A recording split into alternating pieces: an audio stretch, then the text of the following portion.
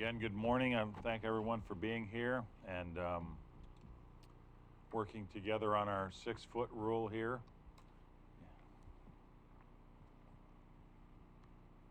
Do we have a line of duty report, Commissioner? Thank you, Mr. Chair. I've been looking for one of these flags. If you see the screen there, Blue Lives Matter. I gave our last report on March 4th, and we're up 5 to 28 officers that we've lost in the line of duty throughout the United States for the year 2020. It's still a lower number that's been, at least at this point, closing in on the third month, lower than the previous 2 years. Honor the Fallen Military remains at 14 for the first 3 months of 2020, and the U.S. Fire Administration is up 2 firefighters lost, line of duty deaths. The flag, they're available out there, and I think we need to consider flying them and just recognize. One time my middle son helped me put on a bulletproof vest. He's a little bigger in the shoulders than I am, but I'll tell you, I can't imagine having to wear one of those every day, all day long. That's just one aspect. These men and women go out, and they, during these times, they don't have any idea what they're going to be exposed to, but they go out.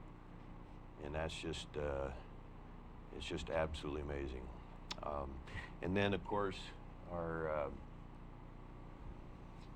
we showed this picture last week. We don't know where this came from, but it's so true to what we are asking of our healthcare people. The same kind of exposure. They have a little more protection, but they're working long hours, they're fatigued, they're sacrificing, they're offering, and like our first responders and law enforcement people, we need to protect at all costs. So in the report that you just helped me give, or allowed me to give there, Chair Pash, could we do a moment of silence, please? Absolutely.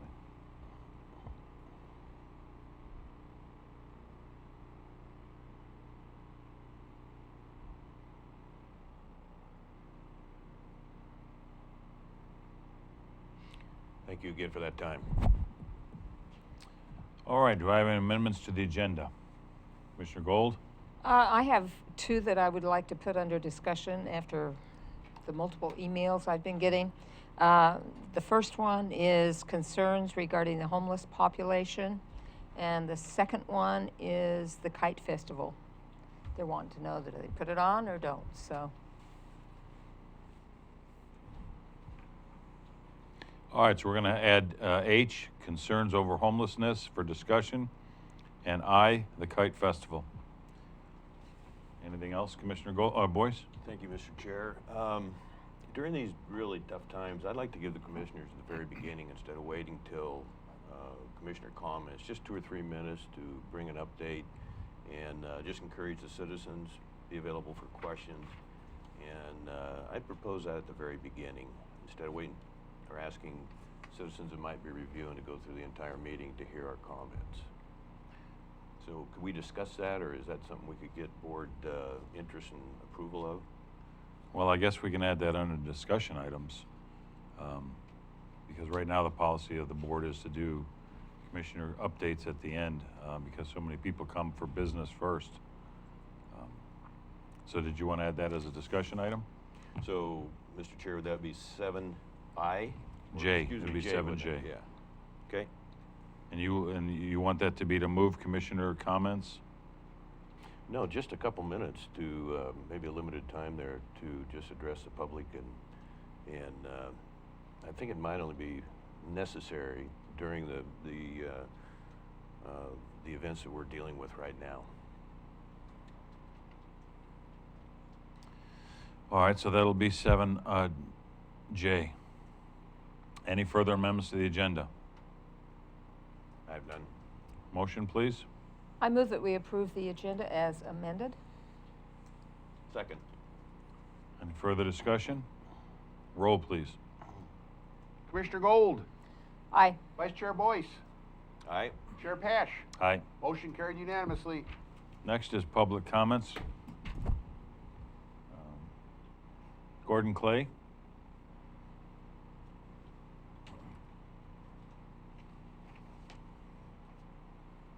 morning, Mr. Clay. Good morning. Gordon Clay, Chair of the Curry County Suicide Awareness and Prevention Council.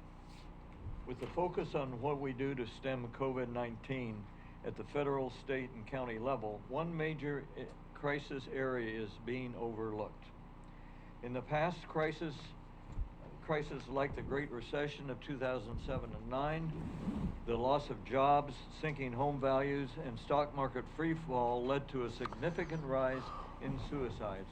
And I have this information on URLs that you can look it up. And basically what's being passed out is what I'm talking. There is massive scientific research that shows that the labor force status is a strong predictor of suicide deaths. With the stock market losing over 30% of its value, the unemployment rate expected to reach 4.6 million Americans, it's plausible that more people will die by suicide, drug overdose, and alcoholism than by COVID-19 itself. And what I have done on the web and this information is looked at SARS and H1N1 and a number of these, and in every single case, more people died by suicide, drug overdose, and liver disease than died by the disease itself. And we're overlooking that issue. Your friends, neighbors, colleagues, and even family members who have been undetected as being at suicide risk before the pandemic, and others who were not previously at risk for suicide but are significantly being impacted by school and business closures, the stock market sell-off, and by the directive of social distancing, need to hear from you. I'm talking to everybody out there that's listening. This is a call for all of us to learn the warning signs, to call them often, to show them you care, and maybe to spend $30 to take the online QPR course to get prepared for the short and long-term future. The newly commissioned Suicide Awareness and Prevention Council of Curry County is actively working to develop solutions to reduce suicidal issues specific to Curry County. I'm asking the people that are watching this, what do you think needs to be done to make this happen? We want to hear from you. My email is gordonclay@aol.com. I thank you for this, and also April is is Alcohol Awareness Month. And so with the tie of suicide and the tie of alcohol, these are two ideal times to really look at that. And of course, the self-injury proclamation that I'm not going to wait around and hope it gets passed. 70% of the people that are self-injurers that are really hooked on that will have a suicide attempt at least once. Thank you, sir. Thank you very much. Mr. Chair. Yes. Gordon, I see you sent this email out this morning at 1:07. I got it at 2 o'clock. Thanks. Very well done and much appreciated. Thank you. Next, we have Joshua Stout. Good morning, sir. Good morning. All right. Well, I was asked to come before you guys today just to kind of give you a little update as to what we're doing out in the community. Some of you may or may not know, but I'm the director for Reach Out Worldwide, which is a disaster relief organization. We travel around the world on medical missions with teams of doctors and healthcare providers. On many of those deployments, we work in collaboration with the World Health Organization. And in many of those instances, we find ourselves actually making our own sanitizing spray, which is medical grade, and hand sanitizer gels to be field expedient and provide care to those people out in the field. So I was sitting there yesterday morning thinking about what we could do back here to kind of give ourselves a little jump start and kind of face the problem of the shortage of sanitizing sprays and gels that people can't get at the stores right now. Corner drug. It's hard to order them. They don't exist on Amazon. There's a back order. And I'm going to use, in conjunction with a couple local business owners, Sunset Family Pizza, Gold Beach Fire, South Coast Equipment Rentals. We fronted the money yesterday to make our first batch, and we started a GoFundMe account, of which we are actually going to mass produce this sanitization equipment, or not equipment, it's sprays and gels, to provide to the healthcare providers, first responders, free of charge.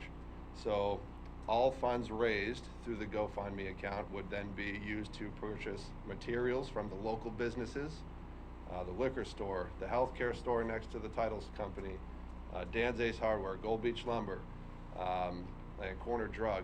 With those materials, we can actually inject some money back into the local economy, buy the materials to make that sanitization equipment, and then distribute to those who need it, who are finding that they are themselves in a shortfall, such as the hospital. You go in there and talk to the folks when you walk in the door, they need it. They said, we're running low. Also, in our partnership with Reach Out Worldwide, I have the ability to work with large box manufacturers such as Lowe's, who has a direct connection to 3M and things of that nature, and they're willing to support us with PPE, masks, and things of that nature as needed, as they become available. So we're not just a couple guys making sanitization equipment out of the back of a truck. The recipe for this material is supported and created by the World Health Organization. So it's actually, never seen that light before. It's actually, a formula that is high on the sanitization scale. It's over 90%, where the materials that you'd purchase off the shelf are typically between 50 and 70%. So very effective, the intention, and it will be free of charge to everybody out in the community, but this was just to gain awareness. So. Thank you, sir. Commissioner Boyce? Thank you, Mr. Chair. So we are trying to raise funds for the expenses to gather up these supplies. And so, Eric, if you can hear me, can you zero in on the name of their company here? Maybe I can put it up here. No? Yeah, so we have the name that we came up with yesterday, very hastily, is the Clean One Initiative. And that initiative is just to provide sanitization equipment, the aerosols and gels, free of charge, and distribute to the folks who need it. Council Huddle? Thank you. Where can people obtain this? So right now, we're going to create a Facebook, just a community forum, where people can request it. But the immediate address is to the hospitals, the health centers, CalOR, police departments, sheriff's departments, the county buildings that are considered essential that need to remain open, so you guys can clean your doors, your desks, and things of that nature. And then from there, as we scale, if we do scale, depending on the support we get, we can then open it up to the community and say, here's a pickup location. Okay, thank you. So we can, excuse me. Commissioner Gold? Could you email this information to us so we can get it out there? And then also, are you looking at having some of this sanitizer and equipment down in Brookings, simply because 2/3 of the population is down there? Sure. I'm open to moving this around to where we need it. Okay. If I can work and find a group down there that's willing to set some time, if I can provide the materials and all the product based off of, maybe we find some stores down there that can provide the material just like I'm finding up here in Gold Beach, inject some money into their economy, get a group making it down there. I can go down and train them, and then we can have the same program running down in South County as well. And one of the obstacles is one of the products is 95% ethanol, and it's actually, you can grab it. The OLCC actually has control of it. So we have reached out to some state representatives, and you guys are a great resource. I know you guys have great connections there. So finding a way to the OLCC to obtain the materials, potentially at a lesser rate than what it is on the shelf. We don't want anybody to lose money, but if it's coming from the OLCC, then maybe, I don't know. But getting priority to that material to address this issue is gonna be key to the state, and I feel that's probably something, I shouldn't say probably, hopefully something that the state would get behind, because this can be deployed across the entire state and further if necessary. It just requires a little bit of training, but it does require that the materials be used for this purpose. So would it help if I reach out to some of the volunteer groups to see if they have any interest in helping you? It would. You know, we can communicate via email, and you know, there's a little bit of logistical concerns, and right on the front end, the money needs to be raised. So everything that we've done so far has just been out of the local businesses that started this, out of our pockets. So as we create awareness and the donations start coming in, we can start creating more. We can bring in more volunteers, and you know. So if you send me, oh, I'm sorry. That's okay. If you send me an email with this information, I can shoot it out to the volunteer groups and maybe get some interest and have them contact you Perfect. I can do for money or whatever. that. Okay. Commissioner Boyce? Thank you again, Mr. Chair. I'll forward that email you sent this morning, that link. That's a good starter. I'll send it to Staff Jesuit, and it'll get done. And much appreciated. If I may distract you, just look to the right there. Some good news. The beginning of constructing the walls coming up of 3 or 4 of 37 homes. And this is not the only housing project in Curry County, but it's an important one, and it's just can't be said enough how good the news is, and appreciate your involvement in that very much, Mr. Stout. Yeah, I appreciate it. And the whole, I mean, everybody's been a big piece of this project, and it's just refreshing. I've been waiting 1.5 years to see walls going up, so. It's awesome. It's good to see for the county. So. One more quick question, if I could. What kind of money are you looking to raise? I mean, I know everything is to scale, but the ballpark, do you know what this costs per gallon to make? Yeah, so the first 5.2 gallons, because we were buying everything off the shelf at cost, cost us right around $350. Retail. What's that? You're buying it retail. We're buying it retail. Yeah. We're not asking, you know, the local stores to discount us. That's the intention, is to put some money back into them when they're not able to generate that revenue like they normally would. So 5.2 gallons at $350. The majority of that is controlled by the OLCC, which is the liquor cost. And so you can get that ethanol at the high grades there. So 95% ethanol will probably kill you. Yeah. Pure ethanol is not good for you. $350 per 5 gallons. Staff Jesuit and I were looking for gin yesterday after you left. No. Oh, well, you would have found it because I don't use that. So. I know Thank you very don't. much. All I right. appreciate what you're doing. All right, cheers. All right, next we have a presentation, proclamation, April Child Abuse Awareness and Prevention Month. They're not here, are they? Is Jack Antunes here? Wally's house? Not here. Maybe you could just read it, Okay, I can do the proclamation. and I'm going to have you read the other one because I don't have access to the computer, so. This is a proclamation from Yours. Child Abuse Awareness and Prevention Month, Jackie Antunes from Wally's house. Before the Board of Commissioners in and for the County of Curry, in a matter of a resolution proclaiming the month of April as Child Abuse and Prevention Month. Whereas nearly 5 children die every day in America from child abuse and neglect, and whereas a high number of children ages 0 to 17 in Curry County, Oregon, are victims of neglect and abuse each year. And President Donald Trump has proclaimed the month of April as National Child Abuse Awareness and Prevention Month.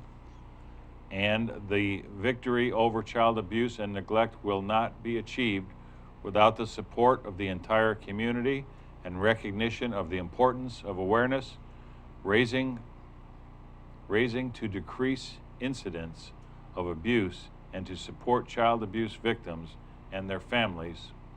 And each April, Curry County's Wally's House, Curry Child Abuse Intervention Center, and other supporters of the child advocacy and Abuse Prevention Movement ask the community to join the outreach efforts to reduce and prevent child abuse. Now therefore, the Board of Curry County Commissioners hereby resolves to proclaim April 2020 to be Child Abuse Prevention and Awareness Month in the County of Curry, and encourage all citizens to join in a national effort to raise awareness and help prevent child abuse and neglect, dated this 25th day of March. I move that we approve this resolution, Second, Mr. or Chair. proclamation, sorry. Further discussion? Roll, please. Commissioner Gold, Aye. Vice Chair Boyce, Yes. Chair Pash. Aye. Motion carried unanimously. Way to go again in Wally's house. Next, we have April is Volunteer Appreciation Month. Commissioner Gold.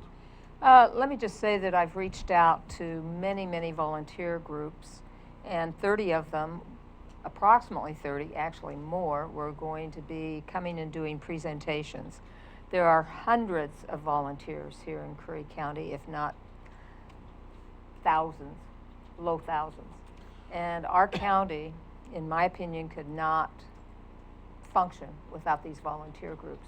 They do so much.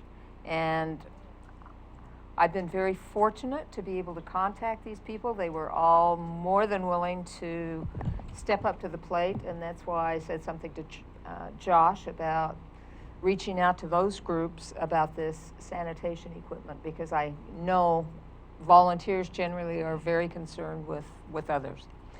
So I would like Chair Pash to read the proclamation, because I don't have access to my computer, so. All right.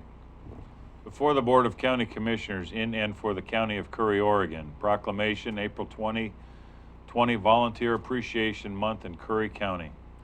Whereas in 1974, the President of the United States declared the third week in April as Volunteer Appreciation Week, and Curry County has hundreds of volunteers donating their time, talent, and resources to make the community a better place. And their acts of kindness help build a better and brighter future, and remind us that we all have a role to play in making our communities safer, healthier, and stronger. And the Board of County Commissioners wishes to recognize the volunteers for their service, but realizes 1 week is not enough time to thank those people that, through their volunteerism, renew the ethic of service, which is fundamental to the success of our county and the nation.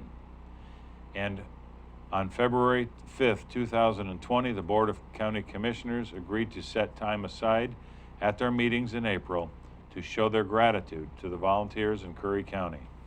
Now therefore, the Curry County Board of Commissioners hereby proclaim the month of April 2020 be known as Volunteer Appreciation Month, and the beginning of every Board of Commissioners meeting in April is reserved to recognize, learn from, and show gratitude for the county volunteers, dated this 25th day of March 2020. I move that we approve this proclamation, and with one caveat, we're going to have to postpone the presentations. We were going to film them, but even that had to be postponed. So I sent an email out to the volunteers stating that we will not forget them. So I move that we accept this proclamation. Second, Chair Pash. Further discussion?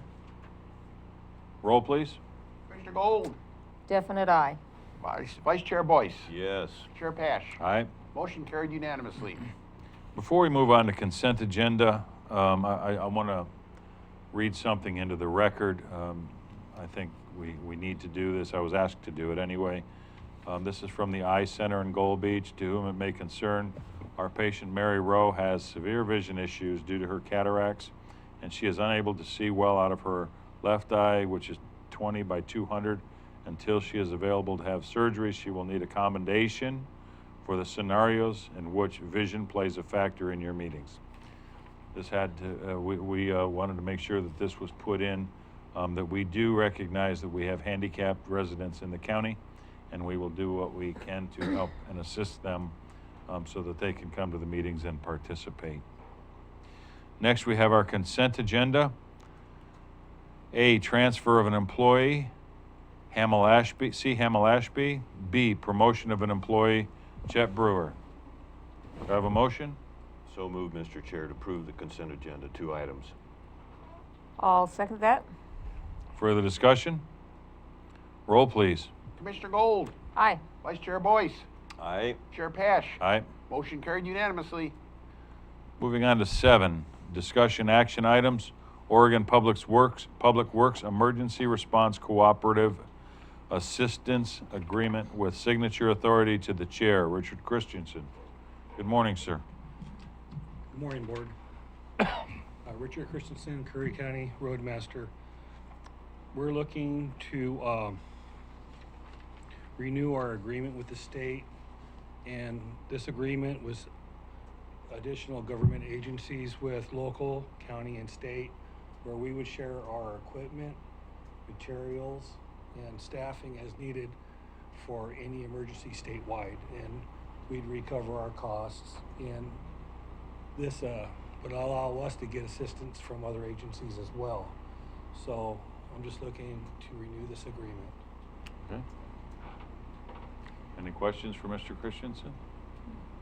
Do I have a motion? I move that we approve the agreement as presented by Roadmaster Christensen. Second? Second, Chair Pash. Further discussion? Roll, please. Commissioner Gold, Aye. Vice Chair Boyce, Aye. Chair Pash. Aye. Motion carried unanimously. Thank you. Thank you. Thank you, sir. And also, we were going to talk later today, possibly, this morning. Okay. Okay, thank you. I guess I have the next one on the agenda too, though. Right. I just noticed that. Board signature for Dyer Partnership Task Order 10B for Archaeological Investigation Permit for Oregon State Historic Preservation Office. Mr. Christensen. Part of the permitting process for our $2.3 million Memorial Bridge replacement project requires us to do archaeological investigations because there historically was a tribe at that location. And we're working with the Coquille tribe and Chief Down Ivy. And so we have to do this work, perform this work, and low bids a little over $22,000. And if they find something, the cost goes up, and we would have to come back with if there was follow-up items. Okay. Do I have a motion? I move that we approve this Dryer Partnership Task Order. Second? Chair, I will second. I just have a quick question. Further discussion? Go ahead. Thank you. It's been a little bit of a headache for you, haven't it? It's been a lot of detail. Not that this portion is a headache, but it's been a fairly lengthy process to get this done. Yes, it has, but our contract engineering firm Dyer's been carrying the load on that for us, and it's helping us move along. Our project's on schedule, it's in budget, and we're looking for construction this summer. Terrific. Thank you. That's all, Mr. Chair. Roll, please. Commissioner Gold, Aye. Vice Chair Boyce, Yes? Chair Pash. Aye. Motion carried unanimously. Thank you. Thanks again. C, order limiting public access to certain county buildings. Facilities Director Brewer, you're no longer acting. Good morning, everybody. Chet Brewer, Facilities Maintenance. Asking if we can possibly close down this county building to direct services for the public, but they can be appointments set up and or emailed or phone calls at this time to try and conserve contact and materials and equipment. And that's about all I've got at this point to try and give you reasoning. Well, I think we spoke about this briefly yesterday. You know, it's important under the governor's order that we try and adhere to her order. Correct. I think, as we've discussed in emails, it's imperative, though, that the public be kept up to speed on what offices are, you know, why we're closed and how to get a hold of those offices for service. Yesterday, I saw someone come in and wanted to pay their taxes. So we need to make sure if we close the building down, that we have proper notification on the doors of why we're closed, of course, because of the our governor's order, but maybe a line for each office that is represented in the building with a phone number and or an extension for that, so that people can clearly see as they come to the door, the offices are closed, but if you need to get a hold of the treasurer's office, or you need to get a hold of, building or tax assessor, this is the number Sure. to get a hold of that person. We are open, Right, and, yes. and you can set up an appointment by calling this number. Those Um, kind of things are gonna be Agreed. important. And I guess in short, trying to think of everything, Director Smelter has put all that together on a sheet, and we are going to be posting them even before we secure the doors. The courthouse, I guess, would be another thing, so the public is understanding, will not be under that directive from the governor and their order. But just this county building, and basically we ask anybody, if you need to come in for any of the services, just call ahead and see if you can set an appointment. But is it my understanding, like, the clerk's office, sorry, I've got a cough drop in my mouth. All right? I got marbles in my mouth. The clerk's office, she will close her office to the general public just walking in. You'll see that notice on her door that says, if you need to come in, contact us through this number. I'm glad you clarified that. No, after talking with Renee Cohen, she has asked that we leave her door open, but still ask people to make appointments. Just for the simple fact is, I guess there's voting of, I can't remember what she titled it, I apologize, some kind of voting coming up here in a few days, and by the time we did the transition, she would just rather leave it open and just ask the public to make an appointment if possible, but she's taking walk-ins, is my understanding. Okay? Thank you, Mr. Chair. Yeah, I think the date or the responsibilities you just mentioned might be the absentee and overseas Yes, ballots. thank you Does that very make much. sense? I Okay, appreciate thank that. you. I just want to read one quick sentence that's Sure. on here for the public. Since the inception of the county's response to the COVID-19, facilities maintenance has been spending staff time and supplies to sanitize the common areas of the annex building and courthouse. Getting a little low on supplies. Sure. So maybe we can help you with that, or people with great ingenuity. And if I may, real quick, Mr. Chair, ask Council Huddle on our temporary policy response to the novel coronavirus, COVID-19. We might want to incorporate that into this policy, and you clearly recognized and stated that this is just, the term nowadays is a fluid document, so it's going to potentially be changing quite a bit. Would that be appropriate? Right, so if you're talking about the hours of operation into the draft policy that's in the packet, yeah, they can be a single document. Multiple documents is okay as well.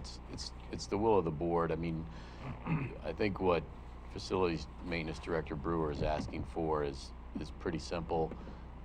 The one question I had about the signage on the door, I think it says we're closed. I think it might say we're open, but the door is locked, might be a more accurate phrase, because if someone just sees closed, they may just turn around and not read the rest. So I think Good point. thank you. You'd be And frustrated. it just might help, because again, I've heard from the commissioners that we're open for business just by appointment only for the most part. So that's just trying to help carry out the will of the board. That's a very good point, sir. But Commissioner Boyce. Commissioner Boyce, again, the request from Director Brewer can be folded into the second item, but it might also be just as easy to adopt his recommendation now and move on to the second item, which might have a lot more talking points and things to it that might need more time and stuff. So it might just be simpler to do this and then do that later. Both you and Director Brewer mentioned, almost emphasizing, which I think is good, to the public to know that we are open. So if they do see that sign, they might just pick up on that one word, become frustrated, and not have access. So I think this is a point. very good plan and much appreciated and very appropriate for where we are right now. Commissioner Gold? I concur with the comments made previously. Okay. Well, I just want the public to know that this will be a board decision for the AGRS, and we are declaring an emergency, and this is one, we have declared an emergency, and this is one of the responses to that emergency. to not only protect the employees of this building, but to protect the public at large. So again, please note that we will post times and phone numbers for the operation of the county services. So do I have a motion? I So move moved. that we approve the order limiting public access to certain county buildings. Second, Mr. Chair. Further discussion? Roll, please. Commissioner Gold, Aye. Vice Chair Boyce, Yes, Chair Pash. Aye. Motion carried unanimously. Thank you. great work. Appreciate that. Thank you. All right, next is D, order designating essential employees in the event of a shelter-in-place or quarantine order is implemented. Council Huddle. Thank you, Mr. Chair. And I actually just received this morning, and I can print it out for the board, a revised order. But essentially, the governor has restricted travel to all but essential workers. This order is to designate county employees as essential workers so that in the event they are traveling for work purposes or to or from work and they get, stopped for any reason, they will be able to show they're not in violation of that governor's order. There's a blend here of considerations because when employees are thinking they're designated as essential, that is a requirement from the board that they actually physically come here to work. It's a different consideration. So this is just to designate for purposes of complying with the governor's order that these employees are essential and they have authority to travel within the times of restrictions. Director Schmelzer, I believe, is working on a different, I'll call it a continuity of operations concept, where staggering staff or directing people to work remotely to reduce, to do our best to comply with the other part of the governor's order, which is to essentially shelter in place and work from home. That's a kind of an administrative concept that the Director of Operations is working on in her capacity as overseeing the operations of the county and the direction of employees. So this is to designate essential. I have an amended order. I printed it out. It's on my printer. I didn't bring it in, but I'd request that you, and it's been modified after Director Schmelzer was able to survey the different entities. We're still designating all of the county health as essential, all of the sheriff as essential, emergency manager as essential, county council, all the other departments, all the clerk, all the assessor and taxation. Again, it's just to allow them to do their work during the time of the governor's shutdown. So I don't have anything else unless there's any questions. I have a motion? Mr. Chair, if I may.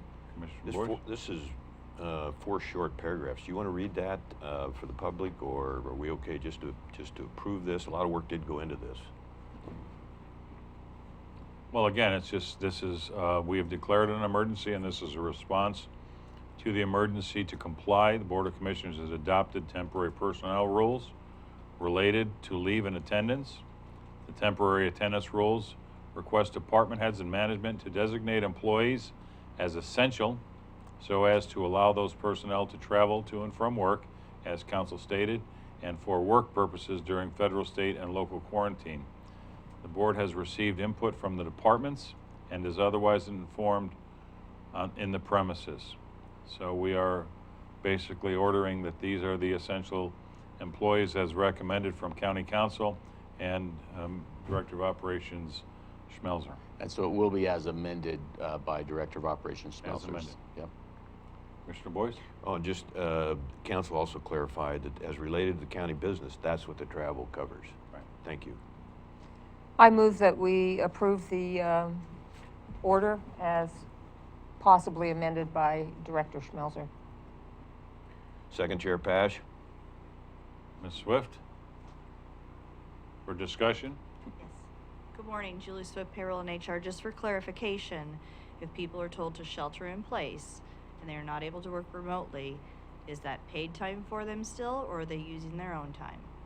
Just want clarification. Well, that's a different consideration. This is just designating them so they can travel if they're, and so I think we can have a side conversation on that, but I don't know that that's exactly what they're voting on right now. Okay, but I think that needs to be clarified for those that are considered non-essential and can't work at home and are told to stay home. Okay, well, I think we adopted the emergency personnel rules.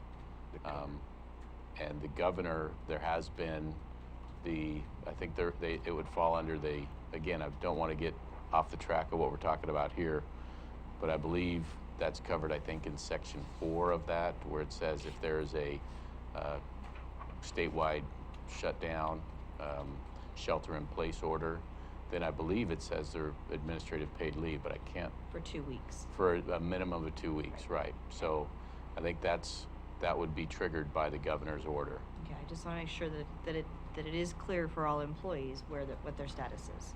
I think we might need to come back and talk about that with the board, and we can put that order in front of them so they have the language to look at. For now, I think that's until we get the board to look at the actual language and consider that in light of the governor's order. For now, you're just voting on the essential workers. I think the initial response is it's under the statewide shutdown of the temporary rules, but we'll take a look at it a little bit later after we get a chance to see the language. Thank you. If you could bring in that order, the temporary rules, that would be helpful. Thank you. Roll, please. Commissioner Gold. Aye. Vice Chair Boyce. Yes? Chair Pash. Aye. Motion carried unanimously. E, Curry County Temporary Policy Response to Novel Coronavirus. Commissioner Boyce. This is the document that I referred to a bit ago that a lot of time went into this, despite that it is, I want to give a shout out to our Coos County Commissioners who, after they approved this, their Board of Commissioners on Tuesday the 17th, I was able to get a copy of this 15 minutes later with their okay to basically duplicate and tailor to Curry County's interest. And so I want to read and I read this, I don't know, 2 meetings ago, maybe 3, just 2 short paragraphs, if I may, Mr. Chair. Sure. This temporary policy is to recognize that the novel coronavirus, also known as COVID-19, may impact Curry County. Emergency Order 20-03 provides that the Board of Commissioners may authorize modifications to payroll processes and workplace requirements, designations as deemed necessary to address impacts associated with COVID-19. Curry County is committed to ensuring the safety of Curry County employees, which you just referenced again, Mr. Chair, while continuing to serve the community to the best of our abilities. The county is adhering to the recommendations of the Curry County Public Health Department, the Oregon Health Authority, and the Centers for Disease Control regarding preventative measures, including social distancing, quarantines, and possible curtailment of non-critical county functions. The county will continue to adjust if the recommendations of these agencies change. The last sentence, I think, gives us a lot of leeway, as it states, as needed. That's all I have, Mr. Chair.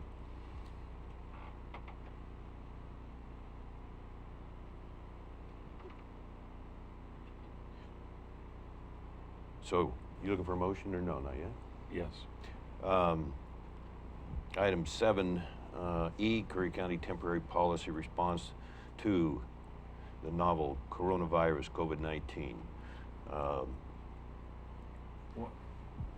Response, I guess, is a proper term here now. This is not an order, though. This is just the county's response. Adoption? To these.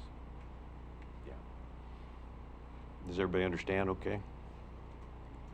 I'm really not clear what you're asking for then. Well, it's an action item. Oh, 1 second. JJ? I believe this is classified as a policy versus an order, Temporary policy response. which means would be filed with the clerk.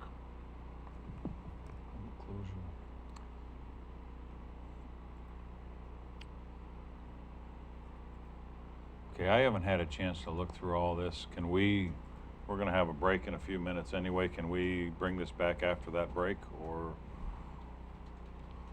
I would just like to look through this again. To be honest with you, I haven't read the whole thing, and I just want to make sure of what we're going to do here.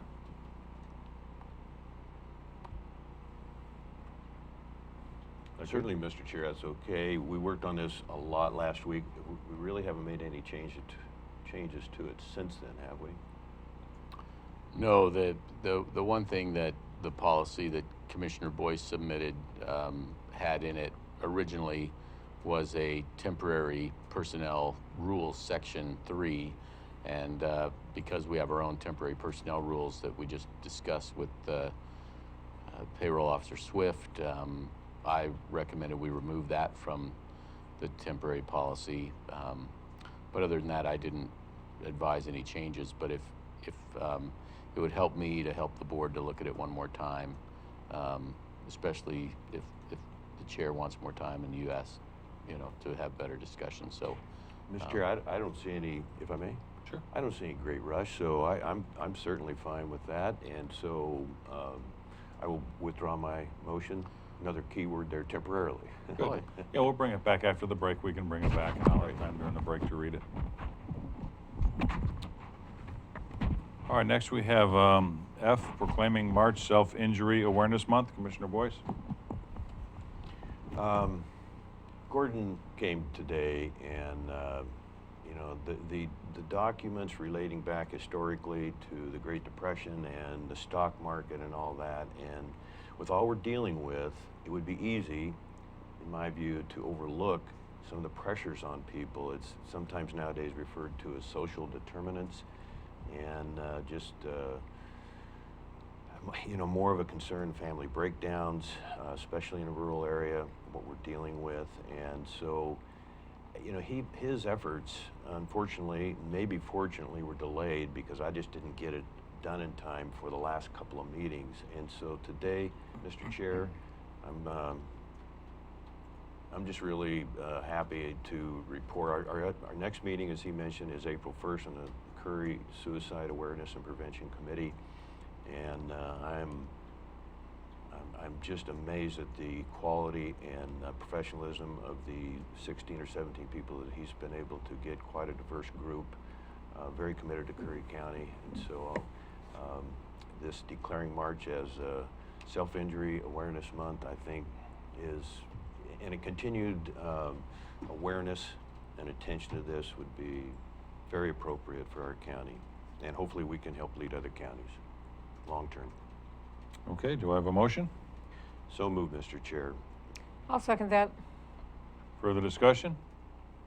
Roll, please. Commissioner Gold, Aye. Vice Chair Boyce, Yes. Chair Pash. Aye.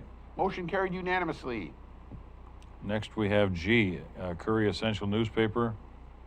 Commissioner Boyce. Thank you again, Mr. Chair. There was a little bit of confusion. About a year ago, we named all three, I think appropriately so, all three of our local newspapers in Curry County as newspapers of record. I just want to refer back to, this is a very important to our rural county and our best options. It's certainly an important option. I didn't mean to leave out our two radio stations in terms of reaching the public, KURY in Brookings and KGBR in Gold Beach.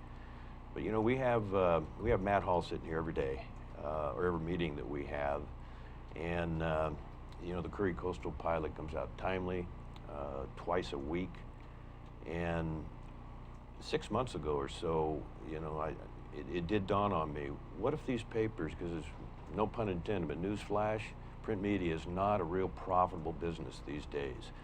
And so this is a way to tell the whole state that we're serious about our newspapers being essential to reaching our people. We spend a little bit of money. I think we get pretty good rates, all three newspapers do our proper public notifications routinely.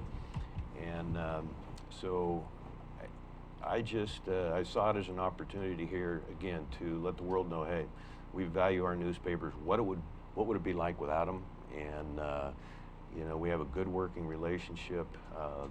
It's hard work, for them, and it's convenient for us and our obligation to reach the citizens. So this is not related to the responsibility of naming the papers as newspapers of record, but it is just a recognition that we want to do everything we can to support them and encourage them and keep them here. Thank you, Mr. Chair.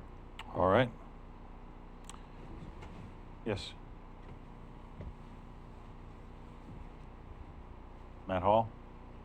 Matt Hall, Curry County reporter, Myrtle Point Herald, and Port Orford News. Thank you, Mr. Boyce. This is also to ensure that I and my employees, distribution, etc., have freedom of movement during this crisis. As pointed out earlier, 40% of people in Curry County do not have computers and/or internet, and as per such, we feel that it's a valuable community service to be able to get your information and the emergency information out to them during this time. Thank you. Incidentally, this has also been brought to the governor's attention by the ONPA. Oregon Newspaper Association. Yes, thank you, Mr. Hall. Okay. So, Mr. Chair, I'd move that we approve item 7G, Curry Essential Newspapers, Media. I'm not sure what we're approving. I thought you just had a discussion about how important they are. So is there an order? Order or a proclamation or? Well, again, it's an action item, naming Curry Essential Newspaper Media. The question is, do we deem them as essential to Curry County and our citizens? And is that the word we're extending to the state of Oregon? Mr. Hall mentioned the governor, the Oregon Newspapers Association. Well, I, of course, support our Thank you. newspapers and radios, but I don't know if we need to, this is, Council Huddle may know better. Is this something that we should be voting on? I mean, I think we're all in agreement. Yeah, that I'm in agreement. Newspapers I'm and not radio are disputing absolutely that, essential but- to the citizens of this community. So I've been kind of trying to connect the dots here on this, and it sounds like the idea is again, the governor has issued a order, essentially shelter in place, stay at home, and only travel for essential purposes. I think what this would be is a statement of policy on the part of the Board of Commissioners to declare the newspaper in our county, all of them, and their distributors as essential for the citizens. And so with that, you can make such a proclamation. Is that your intent, Commissioner Boyce? I didn't put it under the proclamation category, Well, but maybe that's appropriate. It can be a declaration or proclamation. You could even order, I suppose, that within our county, newspapers and their distributors are free to travel on business and work purposes during this time.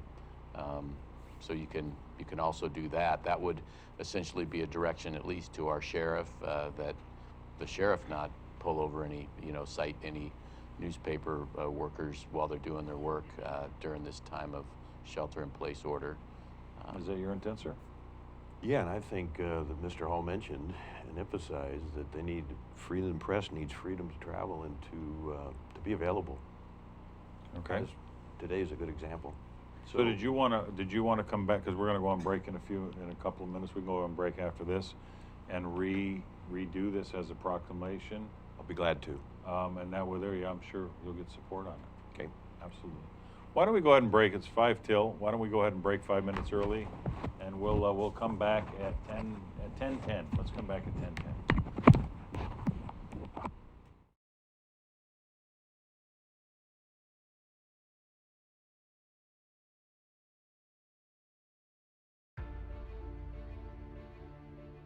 If yours is the next big idea, and you need the right place to fine-tune it, build it, launch it, if you're only your best when you can play more than you work, if inspiration comes from the outside, you belong in Curry County.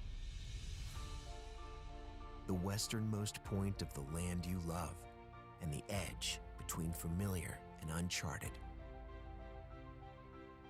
Break the pattern. Be where the airports are as close as the beaches, and industry and recreation never cease to amaze. Dock, dive, and dine in a single day, and never lose your connection. This is the threshold of the West. Live where you can do you and do it well, at the farthest point from ordinary. Curry County, living on the edge.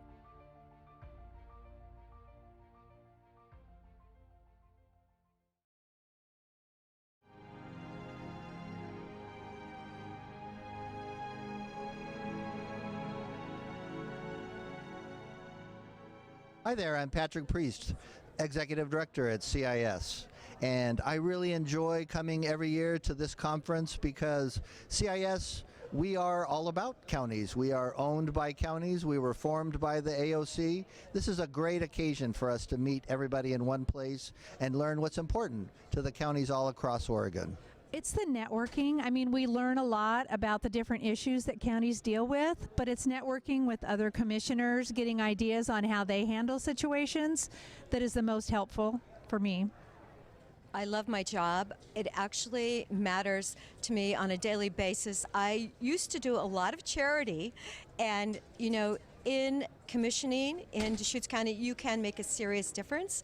Lots of things have happened since I've been in office, and I feel like it's important to represent the people. I grew up in Eastern Oregon, and I love the residents of Eastern Oregon. The architect of our first house actually had Doris Day as a dear friend and a client, and he would bring Doris Day up the mountains in Malibu to our house as it was being built. This is my 4th conference at AOC. My favorite part is the fellowship with other commissioners and coming up with solutions with common situations and with commissioners from around the state to best serve our people. My favorite part about being a commissioner in Josephine County is the people that we work with. We live in the most beautiful place, but we have the most beautiful people. They are talented, artistic, caring. We have such a high level of philanthropy and just caring for our fellow citizens, and it's the best place in all of Oregon. Hi, I'm Commissioner Martha Schrader from Clackamas County, Oregon. I'm the current president of the Association of Oregon Counties. Oh my goodness, I've been president for 1 year, but I've been a member of the Association of Oregon Counties since 2003. So one of the reasons I really wanted to be president, and I've enjoyed it so much, is because I get to know everybody across the state, all the commissioners, and I've been from one end of the state to the other, visiting with them, talking with them, and really getting an idea of how we differ, but more importantly, what our similarities are and what we can do with one another to move forward with good county government. I've been coming to AOC now for 4 years. My favorite part of serving as commissioner is trying to bring positive effects for our community and our county. This is my 2nd year at AOC, and the camaraderie that I've found in my Eastern Oregon partners and just the camaraderie of AOC has really blessed my life.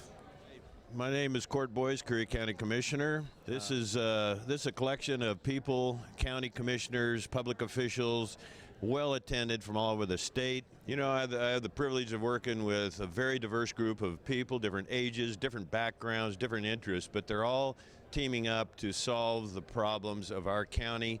And it's just really a pleasure to be able to be connected with and working with those people. And better days, good days ahead for our county and our citizens. Hi, I'm Joe DeBolskis. This is my 3rd AOC convention, and my favorite part is the networking with the people. And the breakout sessions are kind of good because it gives me something to focus on, a goal where I want the county to be in 5 years when my term is up. Hi, I'm Tillamook County Commissioner Dave Yamamoto. Our county college class was probably was the best county college class ever at AOC. It was the largest at over 33 members. When you look at the legislature and the power that the major metropolitan areas have, the rural counties are oftentimes left out of those conversations. AOC really does a terrific job of representing rural counties and rural interests, and we wouldn't have the impact that we do in Oregon without AOC. My name is Joe Burney, Lane County Commissioner from Springfield. My favorite part is eating good food. My second favorite part is meeting with other commissioners, seeing what they're thinking, comparing solutions to problems, learning how nonpartisan solutions really are, and getting ideas. Yes. Hi, my name is Derek DeGroot, Klamath County Commissioner. So I'm running for second vice president of the Association of Oregon Counties. I believe that our association is perfectly poised to solve problems and bring solutions to Oregon politics and communicate with the legislature about the diversity of Oregon. I'm Jay Bozovich, and I'm a Lane County Commissioner. And so I've been a commissioner for about 8 years and 11 months. And my favorite part about being a commissioner is this job is different every day.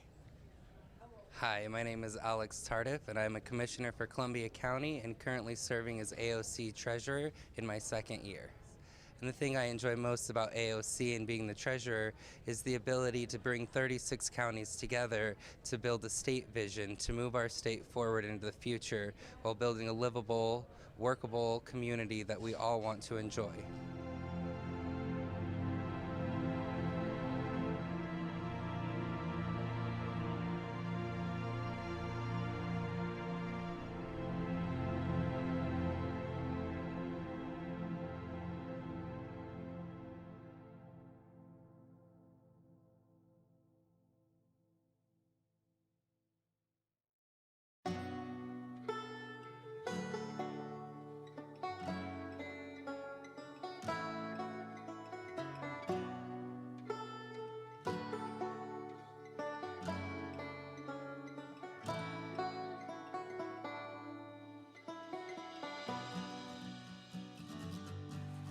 One of the things I really appreciate about our entire region is that we embrace who we are, and I think that's what unifies us.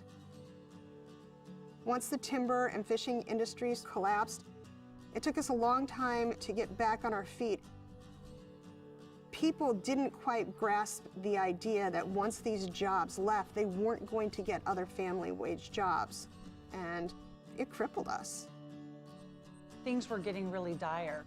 So we just saw that this was an opportunity to maybe look at that public land a little differently and how it could bring more dollars into our region. The Wild Rivers Coast is so unique because there are more wild and scenic rivers here than anywhere else in the lower 48 states. The scenic beauty is just amazing. There's so many different places to go, from the national forest down to the protected ocean, and it's just a really special place. I guess I didn't really know how special it was, though, until I moved away to Portland and came back and saw all the potential here. We're uncrowded, we're unspoiled, and we're a little difficult to get to, but my God, once you come here, you fall in love. We just thought if we could pull people to come into this Wild Rivers Coast and stay longer and explore a little farther into our backcountry, there was a lot of opportunities for them to experience. I think our whole future is at stake here. This area is ready to go. We just need to give it a little kick in the butt. I'm gonna be honest, when the Rural Tourism Studio came here, I was skeptical because I didn't see far enough ahead that we actually could collaborate regionally, and I'm pleasantly surprised. It's been amazing. The Rural Tourism Studios was the first time we were able to come together as a region to talk about the future of our economy. If we can have a strong tourism economy in this area, it's going to benefit the whole community. We have to rely on ourselves, and I think through this program, it's sort of opened our eyes to what we could do when we work together. Community leaders really focused on 3 areas: outdoor recreation, food and agricultural tourism, and really building community relationships. In our area, a lot of the food that's grown all gets shipped away. And so now we're realizing that we can capture some of that local food that's grown here. The Eat Fresh and Local Action Team has hosted a series of networking events bringing together the area growers with the area vendors so that we could have more local food available to the visitors to our area. And now we're seeing more local food in our grocery stores, in our restaurants, and we have a new local food co-op. We created a farm trail from Bandon to Port Orford. We did 9 U-Pick farms, And it just gained traction and people loved it. Langlois is less than 500 people. It's very small. So we have to bring in tourists. And being on the farm trail, even though it's just beginning, has really helped do that. We really want to make it a destination for anybody. My mom and I began Dragonfly Farm just 3 years ago. When I found out that I could grow a seed and turn that into food, it was like, oh my gosh, why wouldn't you do this? I just quit my day job and I just signed the paper to be an official co-owner of the farm. This is what I want to do for the rest of my life and grow with the community. Out of the Outdoor Recreation Action Team, we came up with a series of maps that show where the best places to go recreate are. We know where we're going to send people now, and we got a great map that shows all the best places to go see. For us to get a mapping project done to this extent is pretty impressive. We're patting ourselves on the back. I don't know anybody else is, but we're doing it. From that, we decided that there was some places that needed help, so we came up with a mountain bike plan, and we also worked on designating a state scenic bikeway. The Outdoor Recreation Action Team was also looking at how we can make scuba diving better in this area. So we came up with the idea for a scuba fill station. So now people that want to come and dive in this area, they can dive for multiple days because they can get their tanks filled up again. When I started the Rural Tourism Studio, my business, South Coast Tours, was really small. And now we've grown to about 5 or 6 guides, and we're doing tours all over from Brookings all the way up to Coos Bay.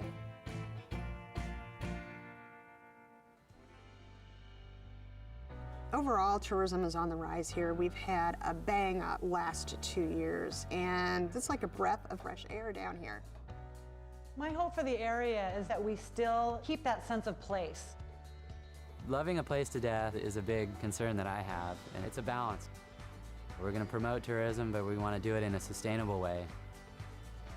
One of the biggest reasons that this area has been so successful since the tourism studio is the people that are involved. We have a lot of great, motivated, smart people who understand the need to promote tourism in the right way, and it's really all about the people.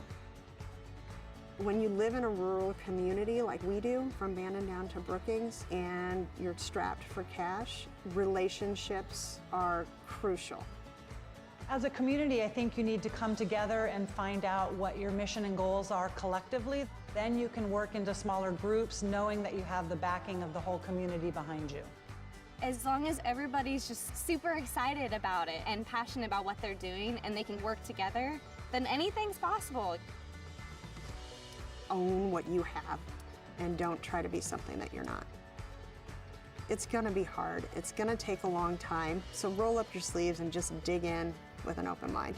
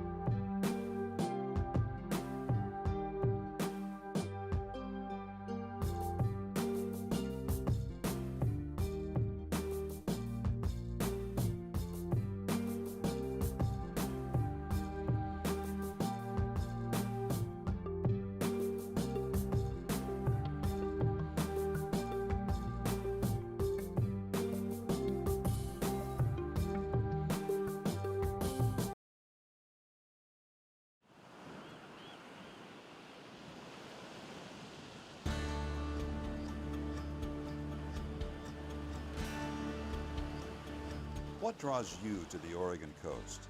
Is it the green and blue surf on a brilliant sunny day, or angry, boiling waves during a raging winter storm? Do you prefer quiet coves or powerful breakers churning the sand? How about sand castles? Do you come for the rising tide or the setting sun, to marvel at whales gliding through the sea or flying in the sky? Reasons to travel the Pacific Coast Scenic Byway are as far-reaching as your imagination. This is a spectacular part of Oregon that traces the entire coastline along Highway 101, guiding you. All right, we are back in session. It is 9:10, and I missed a comment from this morning, so if I could have Caitlin Coleman step to the podium, please, and introduce yourself. Good morning. Good morning, Board. Caitlin Coleman, Event Center Manager. I'm just here this morning to kind of let you guys know where we're at over at the Event Center and what kind of processes we're following, since we fall into a unique combination of not county employee but following county HR rules in some ways. So we are closed to the public. We do email and phone business at the moment. I am working part-time from home, part-time in the office when necessary. The office assistant is doing similar work, more in the office for bills and things like that. Our maintenance guys are doing a deep clean on our facilities while we have all of our events canceled for the time being. We are looking at the future and the possible needs of the event center. We know that Salem has utilized their fairgrounds as a temporary hospital set up with temporary beds and things in place to help assist the hospital system there. And I've spoke with Jeremy Dumeyer about the possibility of that at our facility if necessary, if we get to that point, in preparation for the overwhelmingness that is going to happen at our hospital if it gets here and spreads as rapidly as it has been. So we have spoken about what that'll look like and what resources we'll need to utilize and call in to help support our healthcare system in utilizing the fairgrounds as an emergency base. So that's where we're at for now, if you have any questions. No. Anyone have any questions? I just have a comment about having a possible setup for extra patients. I think something like that needs to be done in South County also. I'm not, diminishing if I could move the building. But yeah, no, I agree. There's lots of resources down there that can be utilized as well. Lots of empty space. Yeah, I think we spoke about it a couple of days ago, the possibility of the Rush Center, because they're already set up with some basic healthcare needs there that we could in an emergency, I'm sure Dr. Rush would be wanting to help us out with that. So, did you have a comment, Commissioner? No, just welcome. I know you haven't been here very long, and right in the middle of this. It's been a great jump-in start. Yeah, I appreciate you getting with Jeremy right away on that, because I think it's good to be proactive, and we've got the space over there. It's close to the hospital, so that would be great if hopefully we won't need it, but if we do. Oh, quick question I have. I know we had the concert there a month ago, several weeks ago. Yeah. And I know there were some failures because of the COVID had just started. A lot of people called and canceled late. I know there was a whole busload of people I heard that canceled. Yeah, there was. How did we end up on that? I don't have the details or the final response from the event planner. We've asked for it several times, but haven't gotten any details on how it all came down. People that were there were thrilled, though? I heard it was a great event. I've heard that the music was great. I wasn't able to be there for a majority of it because kids, but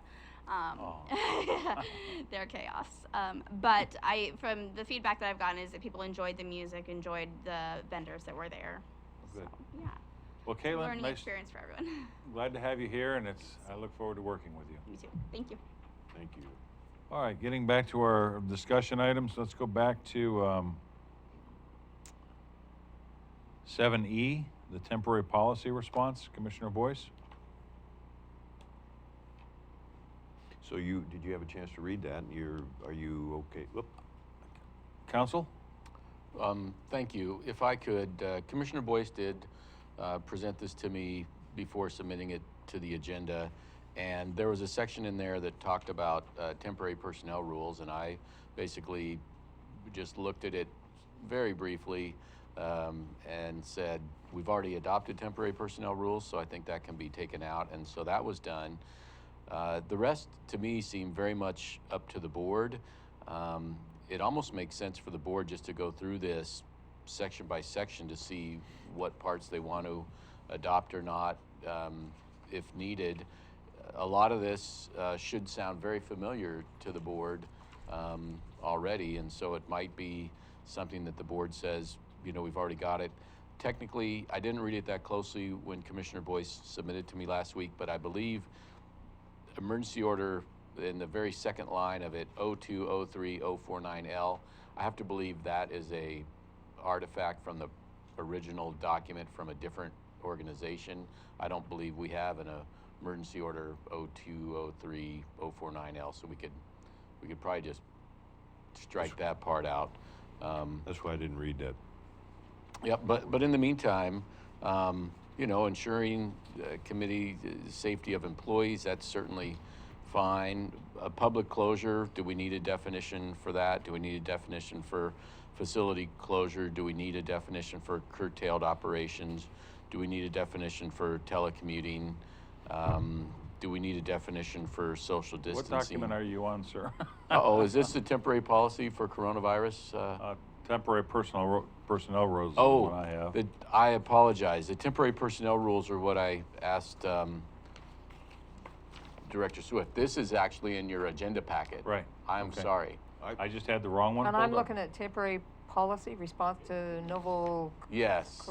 okay. That's what I was just going Temporary down. personnel, yeah. Thank you. Yeah. The temporary personnel rules, Curry County, Oregon temporary personnel rules, that was the question of Director Swift. She and I had a brief sidebar, and I wanted to walk you through the analysis of her question so that you'd be on board with how Gotcha. that plays out. But in the meantime, this Oh, is yeah, I'm Commissioner with you now. Boyce's item. Sure. So which one, we're on 7E still, or no, we're going? Yes. Okay. Yeah, we're going through, Council, I appreciate you going through that, if you don't mind, and letting us know Yeah. that we got through definitions. Yeah, well, these are the questions. I mean, do we need a definition of a public closure? Do we need a definition of facility closure? Do we need a definition of curtailed operations? Do we need a definition of telecommuting? Do we need a definition of social distancing? I think, you know, it seems like all of these are out in the public, you know, consciousness by now, and the governor has done, you know, the orders. We just did and this is where Commissioner Boyce asked, could we fold in the prior order that you just did about facility closure, you know, that Chet Brewer asked for, so we could probably remove facility closure out of this. You know, this is really a discussion item that, you know, I think Commissioner Boyce is putting it out there for the board to consider, and the board, I think, it makes sense to consider a lot of these things, but it's up to the board to see if we need, you know, these definitions. We just did facility closure. I don't know that we need Right. to fold that in here. Then general employee safety measures. These are guidance from the CDC and those kind of things. A public closure, the Board of Commissioners made a determination, and we're open, but we're locked. We just clarified that, and those changes are being made to that document. And then it says department heads and elected officials will make the determination. I feel like we kind of went through that. The clerk is going to keep hers open. Mr. Brewer was here, and the board did that. This does seem to reflect what we are doing. So for the board to adopt it as a policy would not be offensive or in violation or opposing anything we're doing. So it's all common sense and things we're doing. If a department or office makes a determination, this does do some things. It allows the department heads authority. Staggered shift, I understand this is being imposed by the jail, as well as I think Director Schmelzer for some of her departments, building and planning folks and some others. Telecommuting, again, we have our temporary personnel rule. If you remember, it had those 3 categories that the work is suitable. You know, the employees are going to make the request to work from home if their work is suitable for remote work, if we have the computer and the internet capacity. This says check with the IT department, those kind of things. this seems very similar to what we're doing on our work from home policy and our personnel regs. And then it talks about only a limited number. We had Phil, Dixon from Coos Curry say that we might only have a percentage of laptops available for a quarter or so. Department heads will determine if the position is suitable. So this, it does seem like it is the policy of this board. It says the department heads and elected officials make these determinations. We can appeal to the Board of Commissioners. I think we got rid of the appeal process. We just said, look, this is an emergency, we're not going to do that. Yeah, so this is basically very similar to what we enacted last week. It is. It's similar. So again, like I said, it's not offensive to anything we're doing. Again, it's got additional safety guidelines on the end. It says employees shall follow these. I believe I've seen posters or things on the doors already posted talking about social distancing, wash hands, 6 feet, all these kind of things. Avoid in-person meetings. So again, this to me is, it's not offensive to what we're doing. It's very much similar to what we already are doing, but if the board wants to adopt it as a policy, you can. The one thing it has in here that we might remove would be the appeal to the board. We got rid of the appeal part, and the board could also say we're doing this, and I don't know. It's really for the board to consider. And I don't know if I saw Commissioner Boyce have his hand up. So, Commissioner Boyce. Thank you, Mr. Chair. We worked on this during executive session with some other department heads, and temporary personnel rules. I thought, and when you had recommended that we take that out of this document, that I was a little surprised, but I thought you had good reasons and still do think that. But that was one document that tied everything together. That's what I was, I thought that was kind of where we were going, but honestly, I didn't study it that close. I have a lot of trust with the 3 Coos County Board of Commissioners, and so, and then there was a liability aspect. I mean, if we are properly notifying the public and doing our job, maybe this is an avenue. I'm not saying I'm promoting that for sure, but that's one document, one policy, temporary as it is, moving forward. Commissioner Gold? In reading through this, it looks like we've pretty much implemented everything that's in this document. And my question is the purpose of this to have it all in one place? If that's the purpose, I'm not opposed, but we basically have implemented everything here already. Council Huddle? Thanks. And I know Commissioner Boyce, you said we talked about this in executive session. I think there was some discussion in executive session. Was there also follow-up discussion in another management meeting as well where it was discussed? But and then of course some of this was done without the benefit of Director Schmelzer's presence, and it might make sense for the board to basically delegate this for her review and comment to see if she has anything to say about it, because some of this kind of goes into her purview as well. Staggering shifts of employees, that's kind of going to be those kind of things. So again, I think the board could adopt it or direct it to be adopted after review and approval by Director Schmelzer or something like that. So so that we do have it all in one place. Right now we have a personnel rule, we have a building closure rule that we just did, and then this idea here. It might make sense to put those all together into one document. I'd kind of like to lean that way, Commissioner Boyce, if you wouldn't be disagreeable to that, to let Ms. Schmelzer, brief this as well, and then we can bring it back. Not opposed, Mr. Chair. I have two Wednesdays in a row now, though. I've read the first 2 paragraphs, which highlights, number 1, employee safety. You also mentioned it today. I think we're all on board on that. And then in addition, public safety. So I don't know if we need to spend a lot more time on it. Again, I think there's a liability issue there that shows us being well organized. And again, I want to emphasize that This is something we're probably going to need to change over time, depending, and I'm certainly not opposed to having Director Schmelzer review. All right, thank you. So we're tabling that, or? We're going to table it, yeah, Okay. until Ms. Schmelzer reviews it. Thanks. So just some general consensus that Director Schmelz will review it and bring it back. And Yes. good. So then, if you wanted to go back to the one you were just talking about, which was also, we were just talking about this in the context of both things, both the office closure, essential employees, and the materials Commissioner Boyce submitted. And this was our temporary rules that we adopted a little bit ago. And the questions for Director Swift that she had was on the very last page, workplace closure. Do you have this, Commissioner Boyce? Yep, so on the very last Thank you. workplace closure.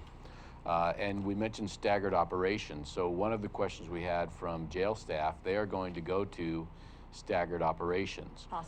Possibly, excuse me. I guess they were asking what would happen if they did. And so what we talked about was, for instance, okay, now you're going to just stay at home. You can't work from home. It's not appropriate for work from home. So you're under the general workplace closure based on the governor's order, and we don't have work for them here. So they're essentially forced not to work. And then those employees would be placed on paid administrative leave for up to 2 weeks. So let's say they're off a week, and then they come back for a week. If we need that third week, they're off a week, then they'd get up to 2 weeks. My understanding when we were adopting this, we were following some of the federal and state guidelines, and I think the concept was if we flatten the curve for 2 weeks, we'll probably come out of this okay and be closer to business as usual. Commissioner Boyce, you mentioned we may need to revisit some of these rules at the end of the 2 week time to see how the national and state picture is. But so what Julie and I felt the answer to the jail commander was yes, if you can't work from home at the jail, so they don't qualify for that.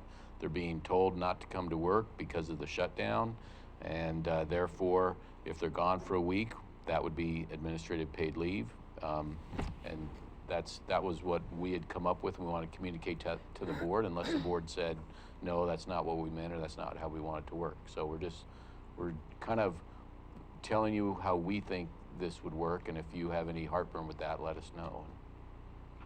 Ms. Swift, that is the state and federal guidelines then is currently, as you know? Well, that's our guidelines. So we, excuse me, said they'd get 2 weeks of paid administrative leave if we shut down. I understand, but I'm asking, is that also, to your knowledge, the state and federal guidelines on this as well, that Well, you know, if you know? I do know that the Federal Family Medical Leave Act is being altered to allow 2 weeks of paid leave at 2 weeks of paid sick leave. It's beginning, I believe, April 2nd. I haven't looked at the whole thing. I know John reviewed it, so, and then it's kind of confusing, actually. But our policy that we've adopted is that if the workplace closes down, they get 2 weeks of paid administrative leave. If that's the same as the state and the federal, I don't know off the top of my head. Okay. But That's up to 2 weeks. Yes. Okay. So, and then if it goes past that, then it goes to our personnel rules where they use their own time if they're not here. Correct. So here's a scenario. We have an essential staff member whose daycare is now closed, but the workplace is closed. So does she get paid admin leave while she's because in our rules, a school or daycare closure means that they use their own time, but the workplace shutdown says they get 2 weeks of paid admin leave, but they're an essential employee, so they may have to be here, or they can be here because they can't work at home. Well, these kind of decisions, I would think, are more, in my opinion, are more department head decisions, because that person may be able to work at home, even though the daycare is closed. They're going to have their toddlers running around. Perhaps they could work, a 6 or 8 hour day at home, but only 3 or 4 of it's actually work. Right. Or Or while be we're able napping or something right, like or be that. able to work here for 3 or 4 hours, and then the balance of the time would be admin leave. I think these kind of things have to be left to department heads, and then if they have confusion, then we can, as a board, address it. But between Director Schmelzer and all the department heads in the county. That would be my thought. We'll implement the policy. I agree with that also. I think we need to refrain from micromanaging everything. Okay. Very good. Do you need anything else? So I was just going to also include it in there as a form that we created. Thank you, Commissioner Boyce, for getting this from Coos County that we modeled. That's if someone needs to be absent due to the COVID-19, that there are 4 different reasons in our rule that we said, you know, if someone needs to be absent, these are the things that are going to happen. So a person would fill this out, give it to their supervisor. They don't have to indicate what reason it is that they're not here, and then that gets processed and put in their file. And on their timesheets, they'll indicate the time that they're off due to COVID-19, so we have that tracking mechanism.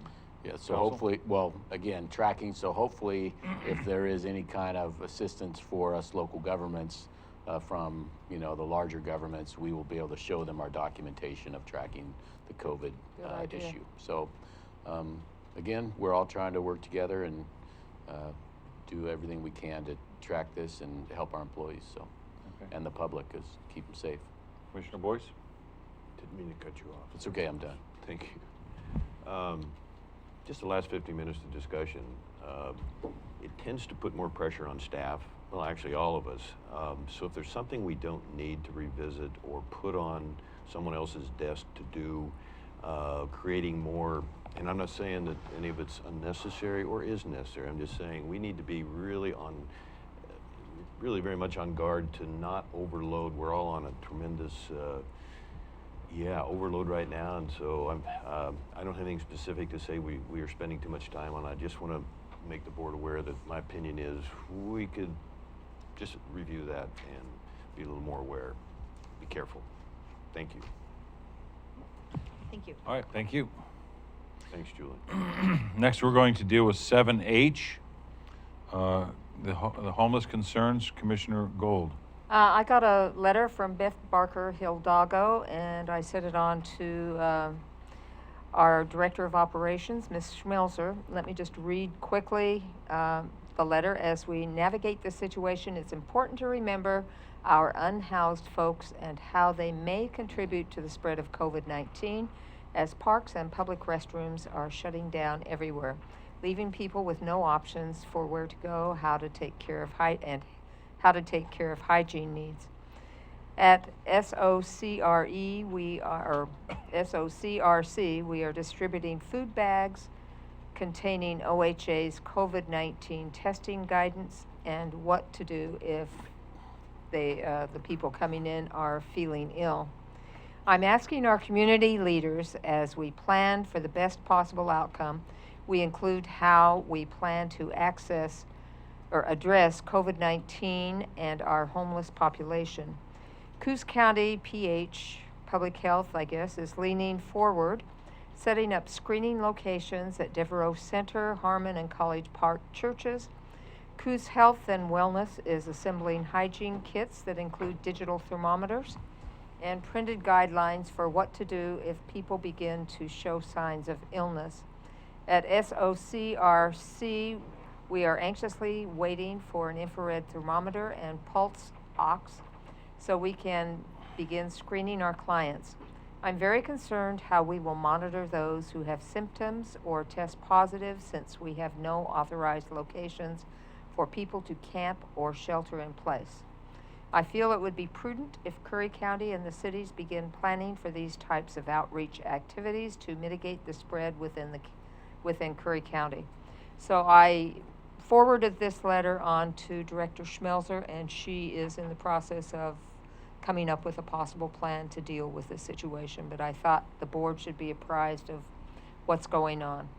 And let me just add something to this. I have received correspondence from a lady that is very concerned with her daughter that went over to Las Vegas and back to a trade show. She was showing flu-type symptoms, was negative for that, and then is having severe respiratory problems. So I gave this information to Curry Health Network, but this lady is not really happy with the response, and I also gave it to the public health administrator. So I think this is something we need to take seriously, so that's why I sent all this stuff on.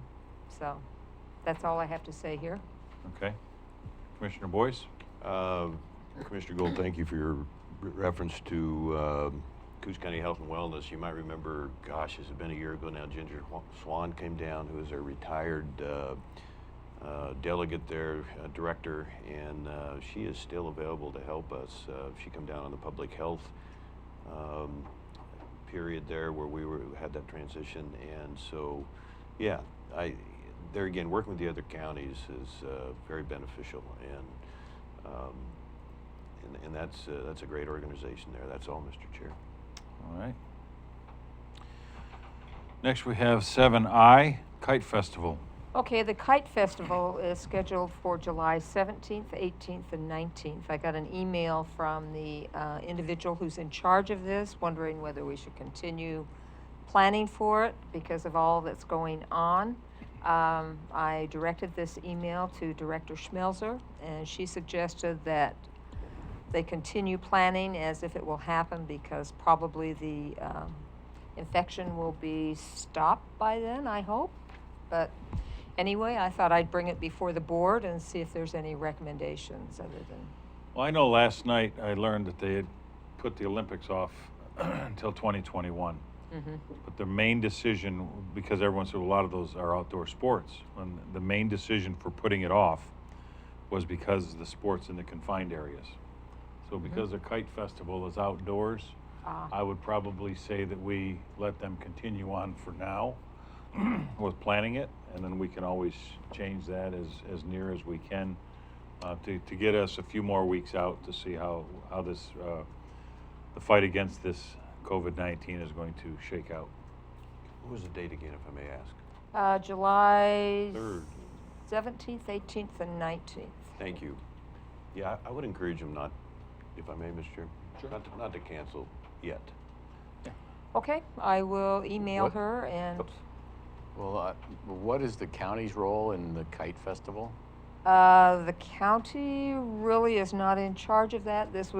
I got this because of volunteers. Okay, well, so again, really, there's no official vote or anything from the board? Oh, no. Good, okay. Just a I think they're just recommendation. looking for Thank you. direction. All right, just some, Yeah, and okay, good enough. All right, I just want to make sure that we're not approving the Kite No, Festival. no, Thank you. no. Good. That's all I cared about there. Mr. Christensen? The Curry County Road Department is involved with the Kite Festival and several other festivals because they fill out a facility permit request to close down a county road for their festival. So we were holding off on issuing them a permit, and we could put in the permit. It'll be based on what the commissioners say. Subject to, Yes, subject to the commissioners. And if I'm not mistaken, your permits are all revocable as well, correct? Correct. Okay, so I think we're covered on that one too. Thank you. Okay, I just don't want to cause a liability Yep. for the county. I'll just Right. say that It's okay. we didn't take a vote on it, but Sure. because of this, Yep. we'll recommend you Well, continue. it's almost too early to weigh in. Oh, I know. Yeah. I know. It's tough. Okay. But I can understand where she's coming from too. Yeah. I think the next 3 weeks in this is going to be paramount in directing not only this county but the nation on where we're going to be in the fall. All right, next we do not have a director's report today, so we'll have commissioner updates. Commissioner Boyce. Mr. Chair, point of order, we have to go back to 7G. Oh, you are right. You know what? I put it over on this side here and I missed it. I'm sorry. That's okay. So it'll be 7J for. Let's see. Okay. For- Actually, it's probably J. H was How about K? Because J is commissioner comments. No, 7J. We're going back to discussion items. You asked for this to be a discussion item, which is commissioners to address the public. Okay, that is correct, 7J. I'm talking about the Curry Essential Newspaper designation. Oh, okay. And I think that will remain, or does it remain, Mr. Chair, 7G? Yes, it does. Thank you. Basically, quickly here, I just added one word, designated through a proclamation God, I hope I spelled that correctly. For Curry County and Board of Commissioners to recognize our 3 local newspapers as essential. Newspapers and media employees are responsible but allowed to travel as needed for media business. The Curry County Reporter, Port Orford News, Curry Coastal Pilot. And by the recommendation of the Oregon Newspaper Publishers Association, this is very important to our rural county and our best option, one of our best options for keeping our citizens informed, especially during these times of public safety emergencies. That was the language you requested to be changed. Does that help, Board? Yes. That's fine. Because the original agenda routing slip said designating, so that didn't seem confusing to me, but I think a proclamation would be more appropriate. Okay. So I'd like to make a motion that we proclaim our 3 Curry County newspapers as essential to Curry County media efforts. And do you want to include during this or temporarily? I think it's just as he described. I wouldn't make it temporary because with what we've dealt with in the last 10 years. Temporary.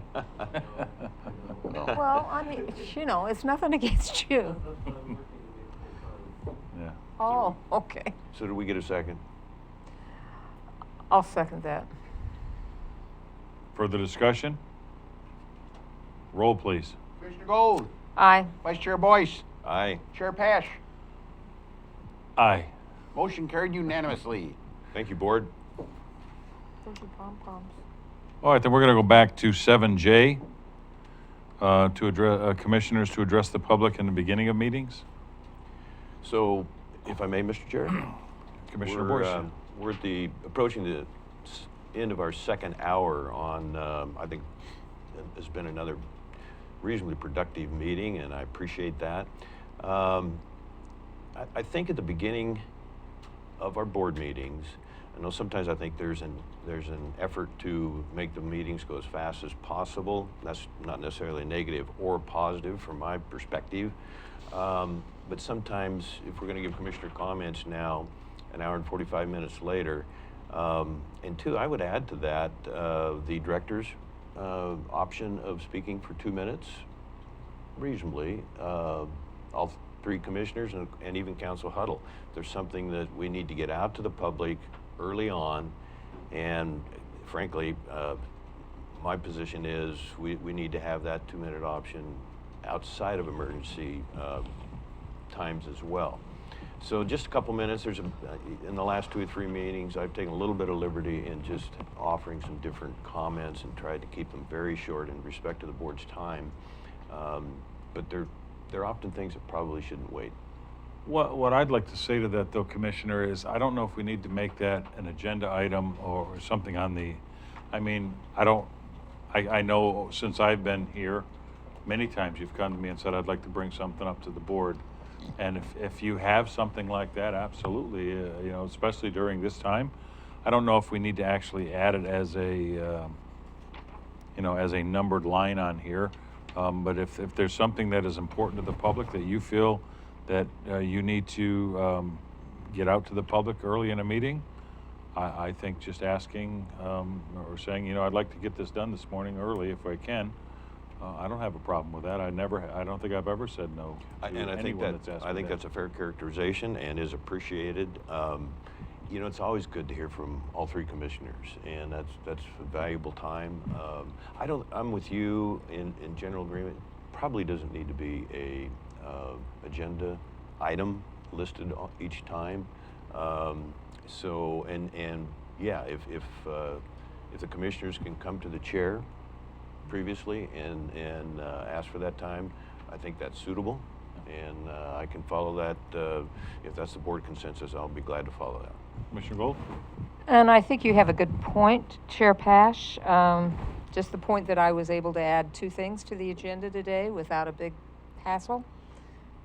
2 important things, and I think a lot of this, as we go through this crisis, we're going to have these things that come up on the agenda because things are changing so quickly. So this thing closes on a Friday or a Monday, and a day right now is a week in most schedules. So I'm just thankful that we have a board that works together and we can do, you know, we can add these kind of things and do what we need to do to get the business of the county done. So I'm always open to adding things at the last minute if they're needed.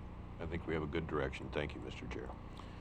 All right, so we will go to commissioner updates now. Commissioner Boyce, you're limited to 2 minutes. No, just That ain't gonna happen. At some point, Mr. Chair, and I don't have a strong opinion either way right now, but I think the board is probably recognizing collectively here that at some point we may want to just do meetings by phone. I don't think we've come to that yet, and I have no complaints with the last 20 meetings as far as how they've been structured, and generally feel like we're doing and fulfilling our responsibilities to the public. But I want to leave that option open, that if at some point we did do a good test run with you on the phone, and that was that 2 o'clock Thursday meeting, and it was a good shakedown cruise for our process with the phone in, and we had a lot of people who were able to listen in. So I don't think we need to go to that yet. I'm just wondering if we want to be somewhat prepared should that day come, and kind of have a plan there. let me interject a thought on that, because hopefully Eric is listening. That's something that I think for Eric to look into. I do know that they have a line. My daughter was talking to me about it a couple of weeks ago. They do have a way for all of us to call in on one line and have it's like a Skype channel, but it's not really Skype. It's called something else. And you can also have integrated audio with several people on that same, we're all seeing the same thing on the screen, because when I was in the meeting last week, there was about a 38 to 40 second delay. I timed it a couple of times. So you're speaking, and I'm watching Commissioner Gold commenting on something else as you were speaking. So it was really difficult to keep up with that meeting that way. But I do know if we were to do a video teleconference, like we did with the company that, with the software, the accounting software, there was 3 of them on us on that same call, and we were all able to interject with each other, and maybe have Eric look into, can we get that? Is it just a download? Is it a software program that the county would have to purchase? And how easy is that to implement?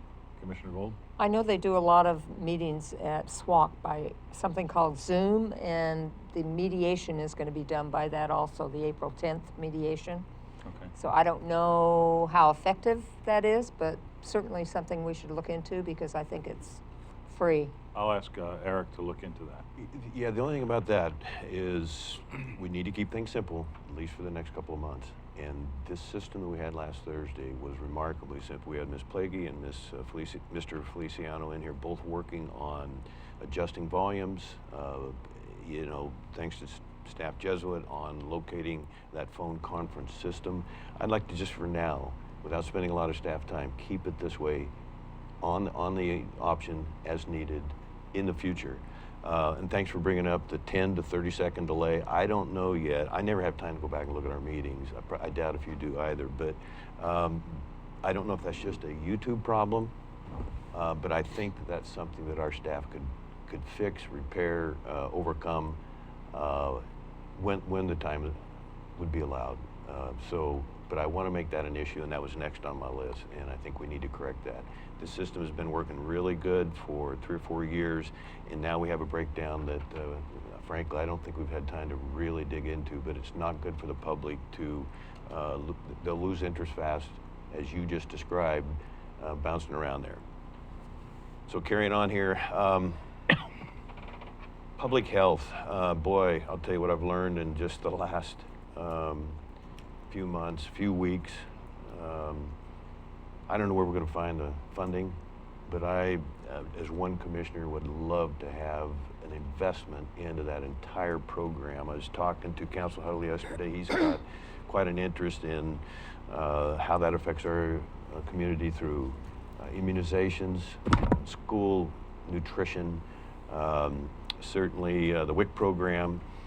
It's an opportunity on public education, and I think many opportunities to pull our different communities together. So I just want the public to understand that I think that needs to be on our priority list. I don't have a direct approach that I would recommend to the board at this time, but I am seeing how how important it is. We've got a little bit of a trial run, well, maybe a large trial run with the whole coronavirus issue.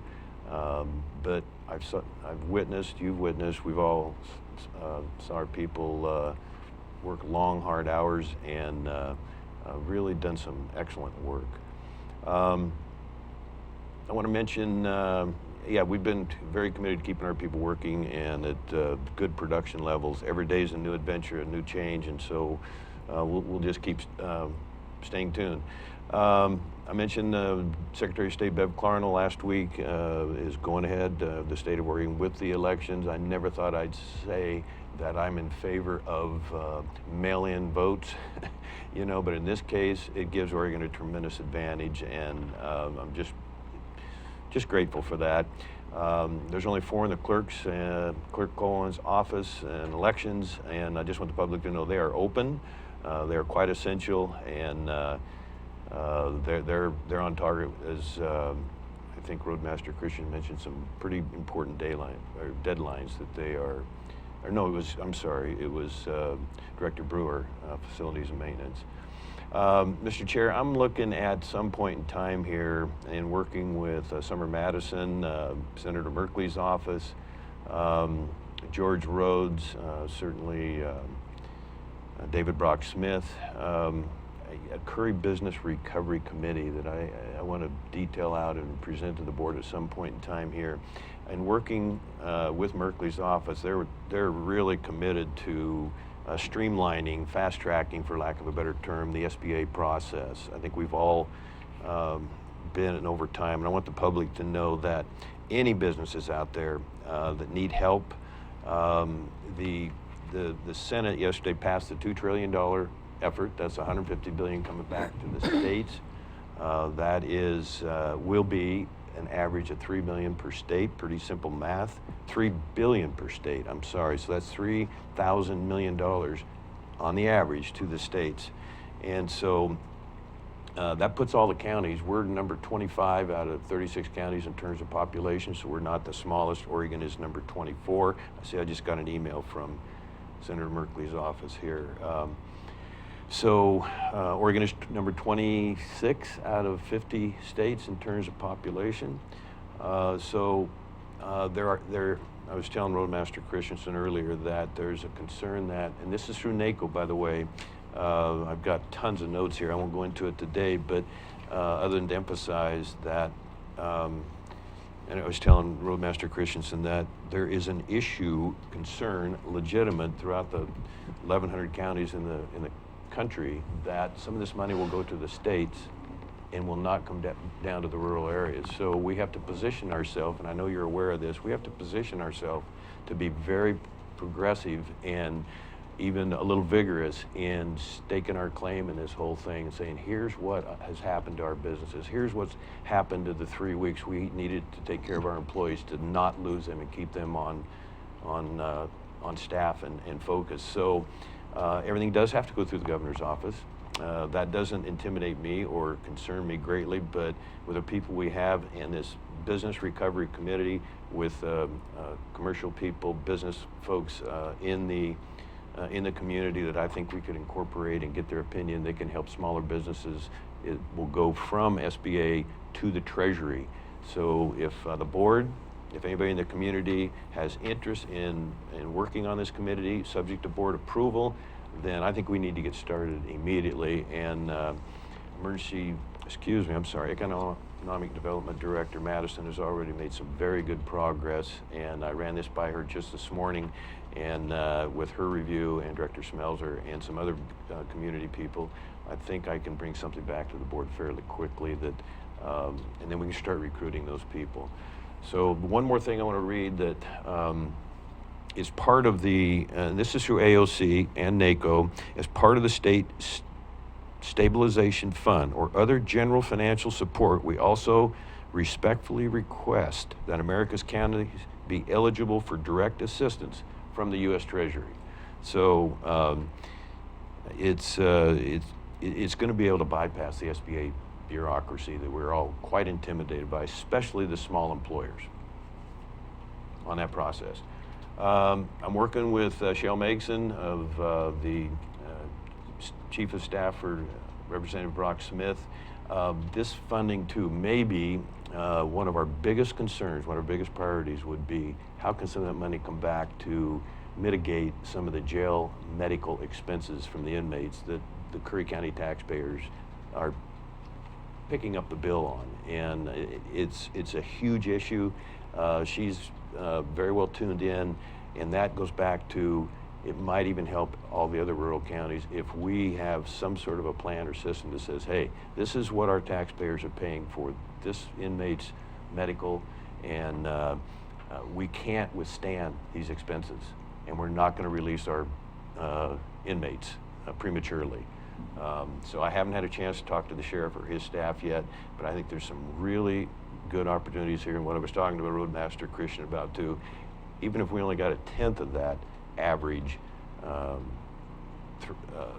think it's going to be like 50 million per county, and I don't want to overstate that obviously, but there's going to be some funds there. We just have to fight for them, and that would also be a potential opportunity to get back to the road fund reserve some of the money that was borrowed, taken, whatever, however you want to categorize that over the years. One more thing, Mr. Chair, I had one citizen say, if we get to a point where we have to close down any travel into or out of this county, and there's some very rational people that think that is what's coming. I'm not suggesting that yet. But one creative person that I know quite well say, here's a possible option. 5, to stay alive. If you're a visitor here, you're asked to go home. We will help as much as we can. 5 gallons of gas, receipt required. 5 items from the grocery store, receipt required. 5 hours to get home. There's just about any place in Oregon you can get home outside the borders in 5 hours. Hopefully it'll be 5 weeks so you can come back and tour and visit and experience our wonderful hospitality. There's a lot of selfish people out there, and we can't pretend like they're not there, and they are jeopardizing and compromising our health and safety, not to mention what will happen, or could happen, with our medical facilities. And I think that, by the way, a tremendous shout out to the Brookings Emergency Room. Where would we be right now had that not the leadership of the Curry Health Network to get that online? That's all I have, Mr. Chair. Thank you. Commissioner Gold? Okay, I've been participating in Regional Solutions meeting, and I'm just going to give you an update about what happened. We'll be having meetings weekly because of this economic situation. I'm just going to give you a brief update on this. First of all, they gave a very rough estimate of employment in industries particularly vulnerable to disruption from prior executive orders. And this meeting happened on Monday, so in some ways this is old information. In Curry County, there are 1,900 jobs, or 27% of the total employment here that is vulnerable to disruption, like restaurants, etc.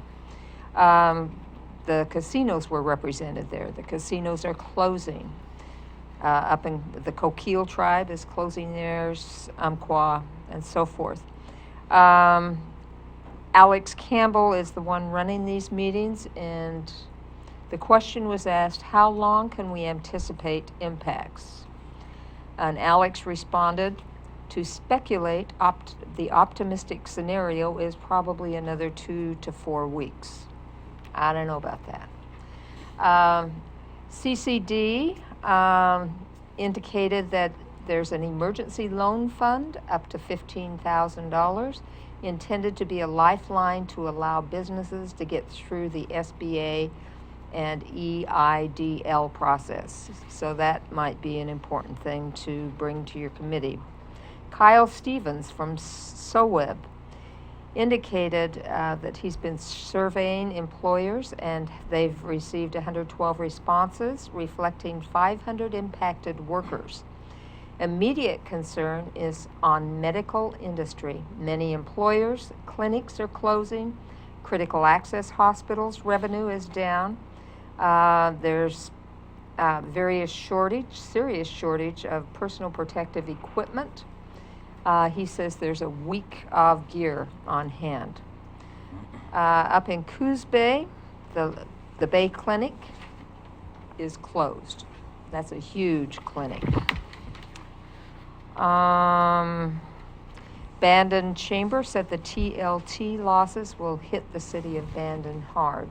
And I don't know how hard it's going to hit our county, but that's definitely a concern. Both Senator Wyden and Senator Merkley's representatives were there, and they are focused in on small business concerns. So that pretty much highlights what happened at that meeting. Also, it was mentioned to me that the county, and I don't know whether this is legal or not, so that's why I'm bringing this up, put out a temporary moratorium on evictions of rentals and mortgages and businesses. I don't know whether we have the power to do this, but I can foresee if people are evicted, there could be a lot of violence and so forth. So Council Huddle, I don't know whether we have any power to do that. Also, let me just give you a little update on the hotline that I'm working on.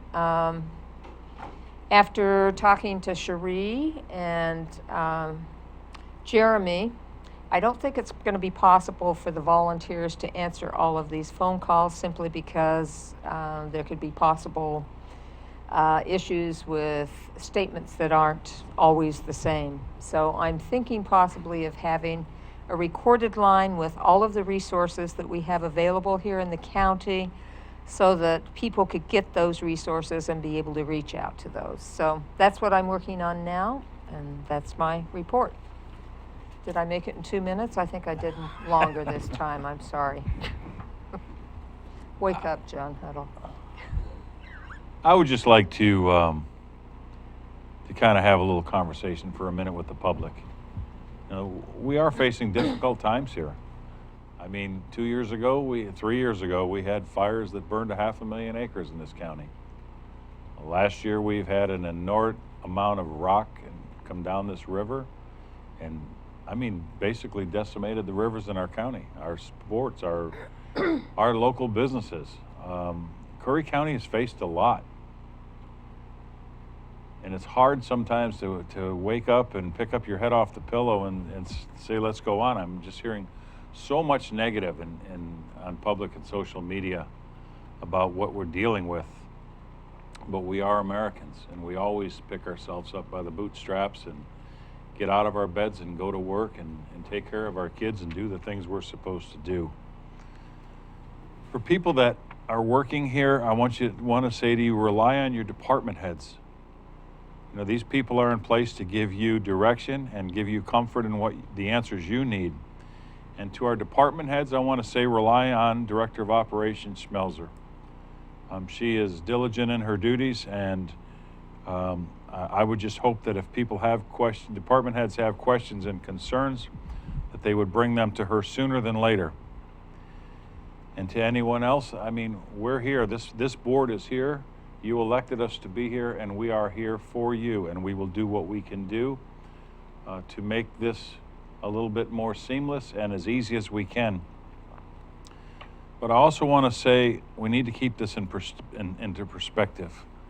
This is a virus that, yes, we don't know a lot about, and we don't know how it is, you know, if it can morph into other things, how the vaccinations and all that are going to happen from this. But we need to keep it in perspective. I was told last night of an approximate number this year that have already died from influenza is over 7,000 nationwide. This is, you know, so we need to kind of keep these things in perspective. The amount of people that die every year from heart disease and other diseases that we face, it's just, again, it's scary at the rate that it's happening and the dangers we face, but the amount of people that are dying from this in the United States is dwarfed by the amount of people that are dying from influenza, heart disease, and many, many other diseases. And everybody has their hand out for something, and that's something else that people need to understand. This county is strapped financially right now. We are running bare bones staffing. So we are already at our wit's end to get a lot of the tasks that are necessary in this county to get done. So to now have this come on us and have to stagger and be 6 feet apart and have all, our office buildings closed and everything else we're dealing with, I would ask the public to be very patient with the county employees. It's not their fault. They are dealing with what they have been dealt. So I would ask the public to be very patient with county employees and the people that are here to serve you. I do want to say that I asked yesterday Director Schmelzer and Ms. Madison to add to our county website a button for the COVID-19. We've had a lot of people ask how many people in the county have been tested, do we have any positives? As of yesterday, we had no positives in Curry County. I believe there were 12 tests in Curry County as of yesterday. There was some misinformation that the rapid test was available at the hospital. It was not for COVID-19, it was for influenza. But we do now, if you go to the Curry County website, you'll see on the top tabs a COVID-19 bottom, and if you scroll to the bottom of the page, you'll also see a COVID-19 tab on the bottom of the page. And if you click on that and scroll down to the bottom of that page, on the left side, you will find that the Oregon Health Authority has a button there, and you can open that button and you'll see all of the local statistics as well as state and national statistics. I just want to say, everyone, you know what, take a breath. We are in this all together. We are here, and I'm hopeful that we will get through it in the coming weeks. I applaud our president for the unprecedented steps he has taken to get funding available for this and to open up restrictions on some of the testing, drug testing that they are currently dealing with. And I'm a man of faith, and I rely on that as well, and I would ask that those are of faith to remember who's in charge. So with that, I have nothing further. Mr. Chair, can we have a little discussion here? I want to make sure I understand, so I'll give you an opportunity to clarify. When we suggest to the public that heart ailments are, that's not a contagious, it's not a disease. We are surrounded right now, sir, by the National Guard in both California and Washington. We have people blatantly coming into our community that are exposing our citizens. And I just think any interpretation of downplaying the seriousness of this could send the wrong message to the citizens. I don't think that was your intent. I hope it wasn't your intent. The flu is contagious, and I understand the figures there, but the situation in New York, Washington, California, and the compromise it puts our citizens in this state. I've been watching this for 5 weeks now. I've tried very hard to be extremely careful of my words so that I don't panic, but there has been some downplaying within our own community here. And here we are, to where you saw the document, the request to the governor that we passed last week, and we're waiting and hoping against all odds that she will incorporate that into her next order. And the whole country, and your reference to president is timely and good and appropriate.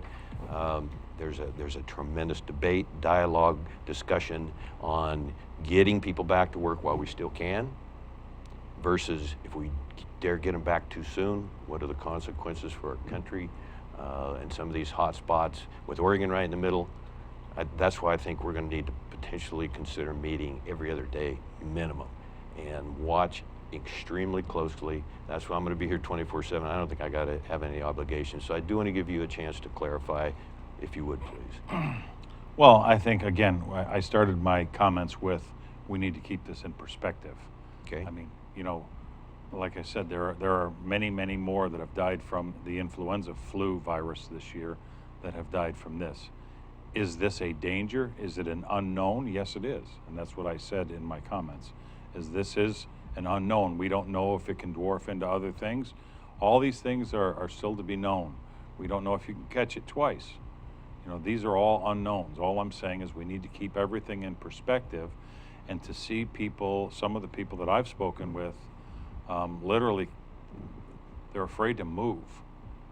If you don't want to catch this virus, you don't have to. Put yourself in an environment that you can't catch it. Stay home. Keep your doors closed, and you probably, in most cases, will not catch this virus. But when you open your door and come out, absolutely, then you open yourself up to a larger percentage and so on. All I'm saying is we need to keep this in perspective. It is a flu virus that we don't know the down the road consequences of yet. And until those are known, we need to keep it in perspective. That was my comment to it. Thank you. The unknown is the biggest danger of this, in my opinion. And I'm not a scientist, I'm not a doctor, obviously, but we don't know who's carrying. And you can give it to somebody else if you're carrying without knowing, and they can then give it to somebody else without knowing. That's the danger, that's the difference. So to compare it to any other influenza or anything, I just strongly disagree with. That's And all I agree with you to a point on that, but again, on a final comment on it, I just, you know, I've had 3 comment cards handed to me this morning. You've picked up documents that Council Huddle handed you. I mean, we've all been in places that we could have this. I know I was in Washington a couple of weeks ago and could have brought it back with me. I don't know.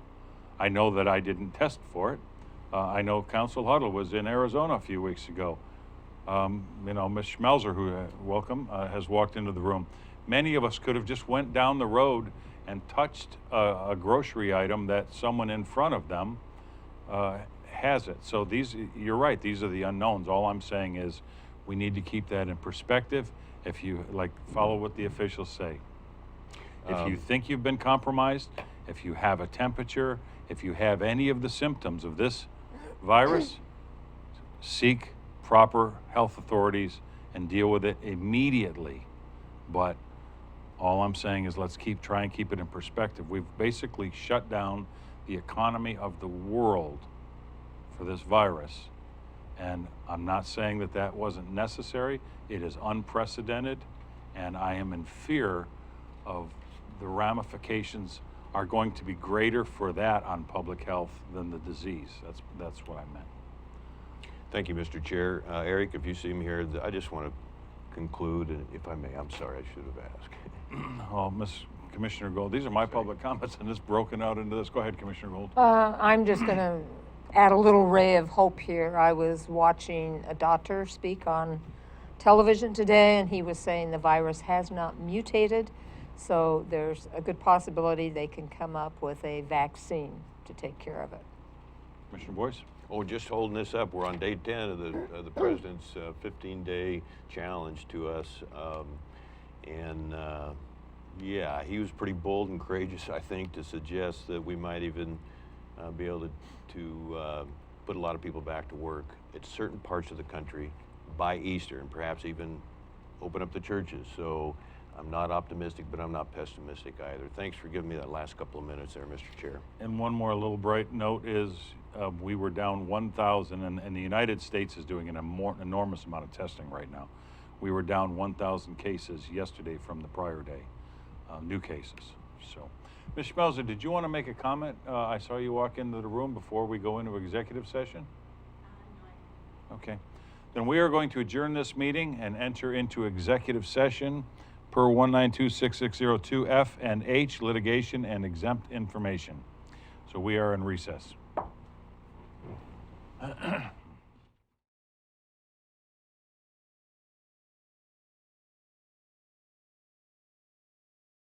If yours is the next big idea and you need the right place to fine-tune it, build it, launch it, if you're only your best when you can play more than you work, if inspiration comes from the outside, you belong in Curry County. the westernmost point of the land you love, and the edge between familiar and uncharted. Break the pattern. Be where the airports are as close as the beaches, and industry and recreation never cease to amaze. Dock, dive, and dine in a single day, and never lose your connection. This is the threshold of the West. Live where you can do you, and do it well, at the farthest point from ordinary. Curry County, living on the edge.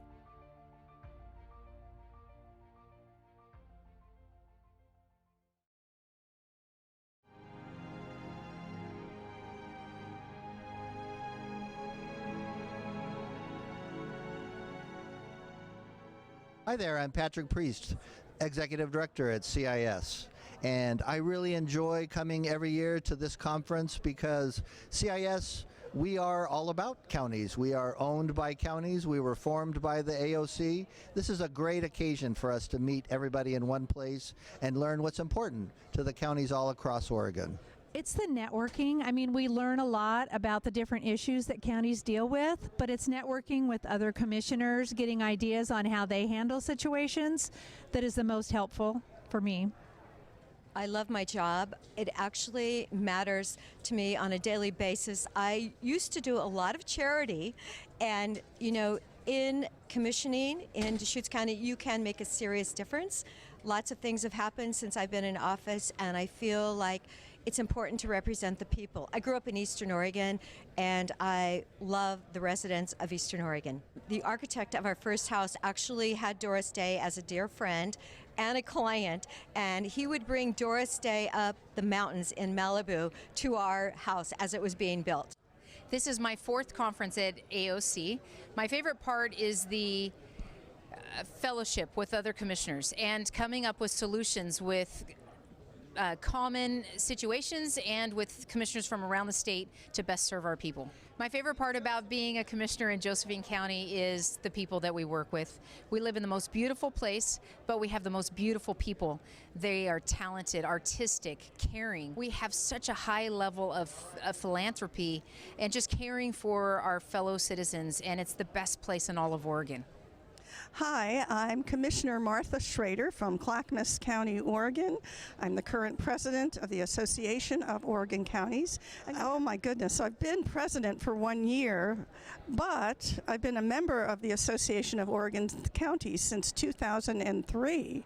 So one of the reasons I really wanted to be president, and I've enjoyed it so much, is because I get to know everybody across the state, all the commissioners, and I've been from one end of the state to the other, visiting with them, talking with them, and really getting an idea of how we differ, but more importantly, what our similarities are and what we can do with one another to move forward with good county government. I've been coming to AOC now for 4 years. My favorite part of serving as commissioner is trying to bring positive effects for our community and our county. This is my 2nd year at AOC, and the camaraderie that I've found in my Eastern Oregon partners and just the camaraderie of AOC has really blessed my life. My name is Court Boyce, Curry County Commissioner. This is a collection of people, county commissioners, public officials, well attended from all over the state. You know, I have the privilege of working with a very diverse group of people, different ages, different backgrounds, different interests, but they're all teaming up to solve the problems of our county. And it's just really a pleasure to be able to be connected with and working with those people. And better days, good days ahead for our county and our citizens. Hi, I'm Joe DeBolskis. This is my 3rd AOC convention, and my favorite part is the networking with the people. And the breakout sessions are kind of good because it gives me something to focus on, a goal where I want the county to be in 5 years when my term is up. Hi, I'm Tillamook County Commissioner Dave Yamamoto. Our county college class was probably was the best county college class ever at AOC. It was the largest at over 33 members. When you look at the legislature and the power that the major metropolitan areas have, The rural counties are oftentimes left out of those conversations. AOC really does a terrific job of representing rural counties and rural interests, and we wouldn't have the impact that we do in Oregon without AOC.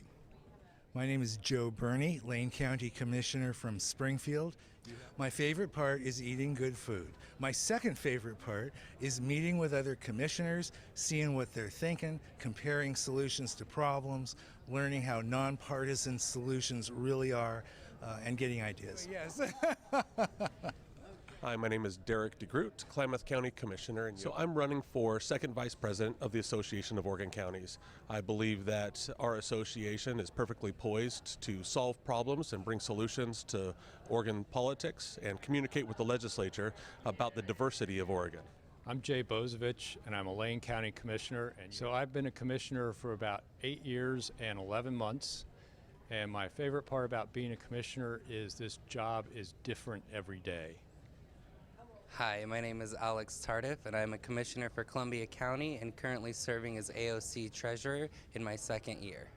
And the thing I enjoy most about AOC and being the treasurer is the ability to bring 36 counties together to build a state vision to move our state forward into the future while building a livable, workable community that we all want to enjoy.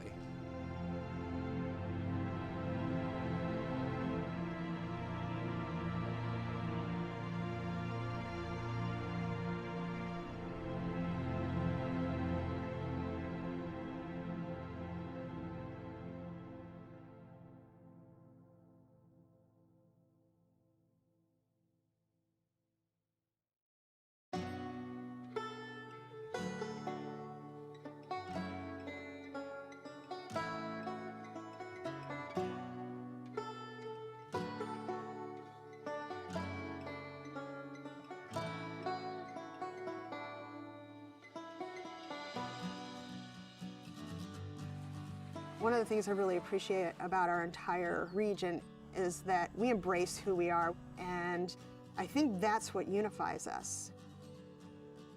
Once the timber and fishing industries collapsed, it took us a long time to get back on our feet. People didn't quite grasp the idea that once these jobs left, they weren't going to get other family wage jobs, and it crippled us. Things were getting really dire. So we just saw that this was an opportunity to maybe look at that public land a little differently and how it could bring more dollars into our region. The Wild Rivers Coast is so unique because there are more wild and scenic rivers here than anywhere else in the lower 48 states. The scenic beauty is just amazing. There's so many different places to go, from the national forest down to the protected ocean, and it's just a really special place. I guess I didn't really know how special it was, though, until I moved away to Portland and came back and saw all the potential here. We're uncrowded, we're unspoiled, and we're a little difficult to get to, but my God, once you come here, you fall in love. We just thought if we could pull people to come into this Wild Rivers Coast and stay longer and explore a little farther into our backcountry, there was a lot of opportunities for them to experience. I think our whole future is at stake here. This area is ready to go. We just need to give it a little kick in the butt. I'm gonna be honest, when the Rural Tourism Studio came here, I was skeptical because I didn't see far enough ahead that we actually could collaborate regionally, and I'm pleasantly surprised. It's been amazing. The Rural Tourism Studios was the first time we were able to come together as a region to talk about the future of our economy. If we can have a strong tourism economy in this area, it's going to benefit the whole community. We have to rely on ourselves, and I think through this program, it's sort of opened our eyes to what we could do when we work together. Community leaders really focused on 3 areas: outdoor recreation, food and agricultural tourism, and really building community relationships. In our area, a lot of the food that's grown all gets shipped away. And so now we're realizing that we can capture some of that local food that's grown here.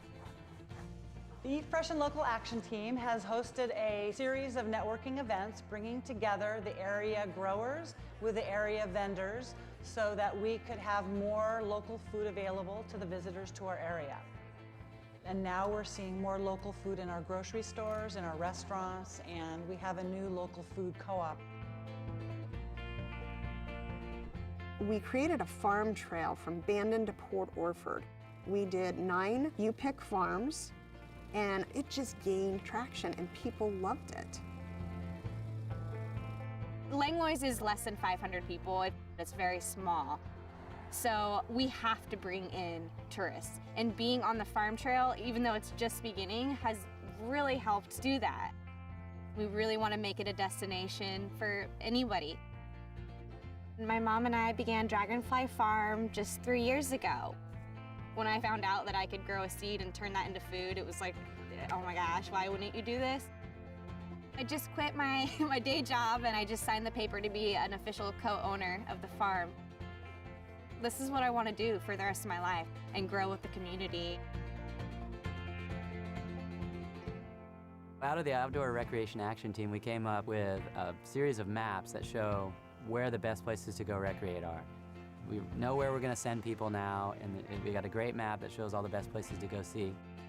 For us to get a mapping project done to this extent is pretty impressive. We're patting ourselves on the back. I don't know if anybody else is, but we're doing it. From that, we decided that there was some places that needed help, so we came up with a mountain bike plan, and we also worked on designating a state scenic bikeway. The Outdoor Recreation Action Team was also looking at how we can make scuba diving better in this area. So we came up with the idea for a scuba fill station. So now people that want to come and dive in this area, they can dive for multiple days because they can get their tanks filled up again. When I started the Rural Tourism Studio, my business, South Coast Tours, was really small. And now we've grown to about 5 or 6 guides, and we're doing tours all over from Brookings all the way up to Coos Bay.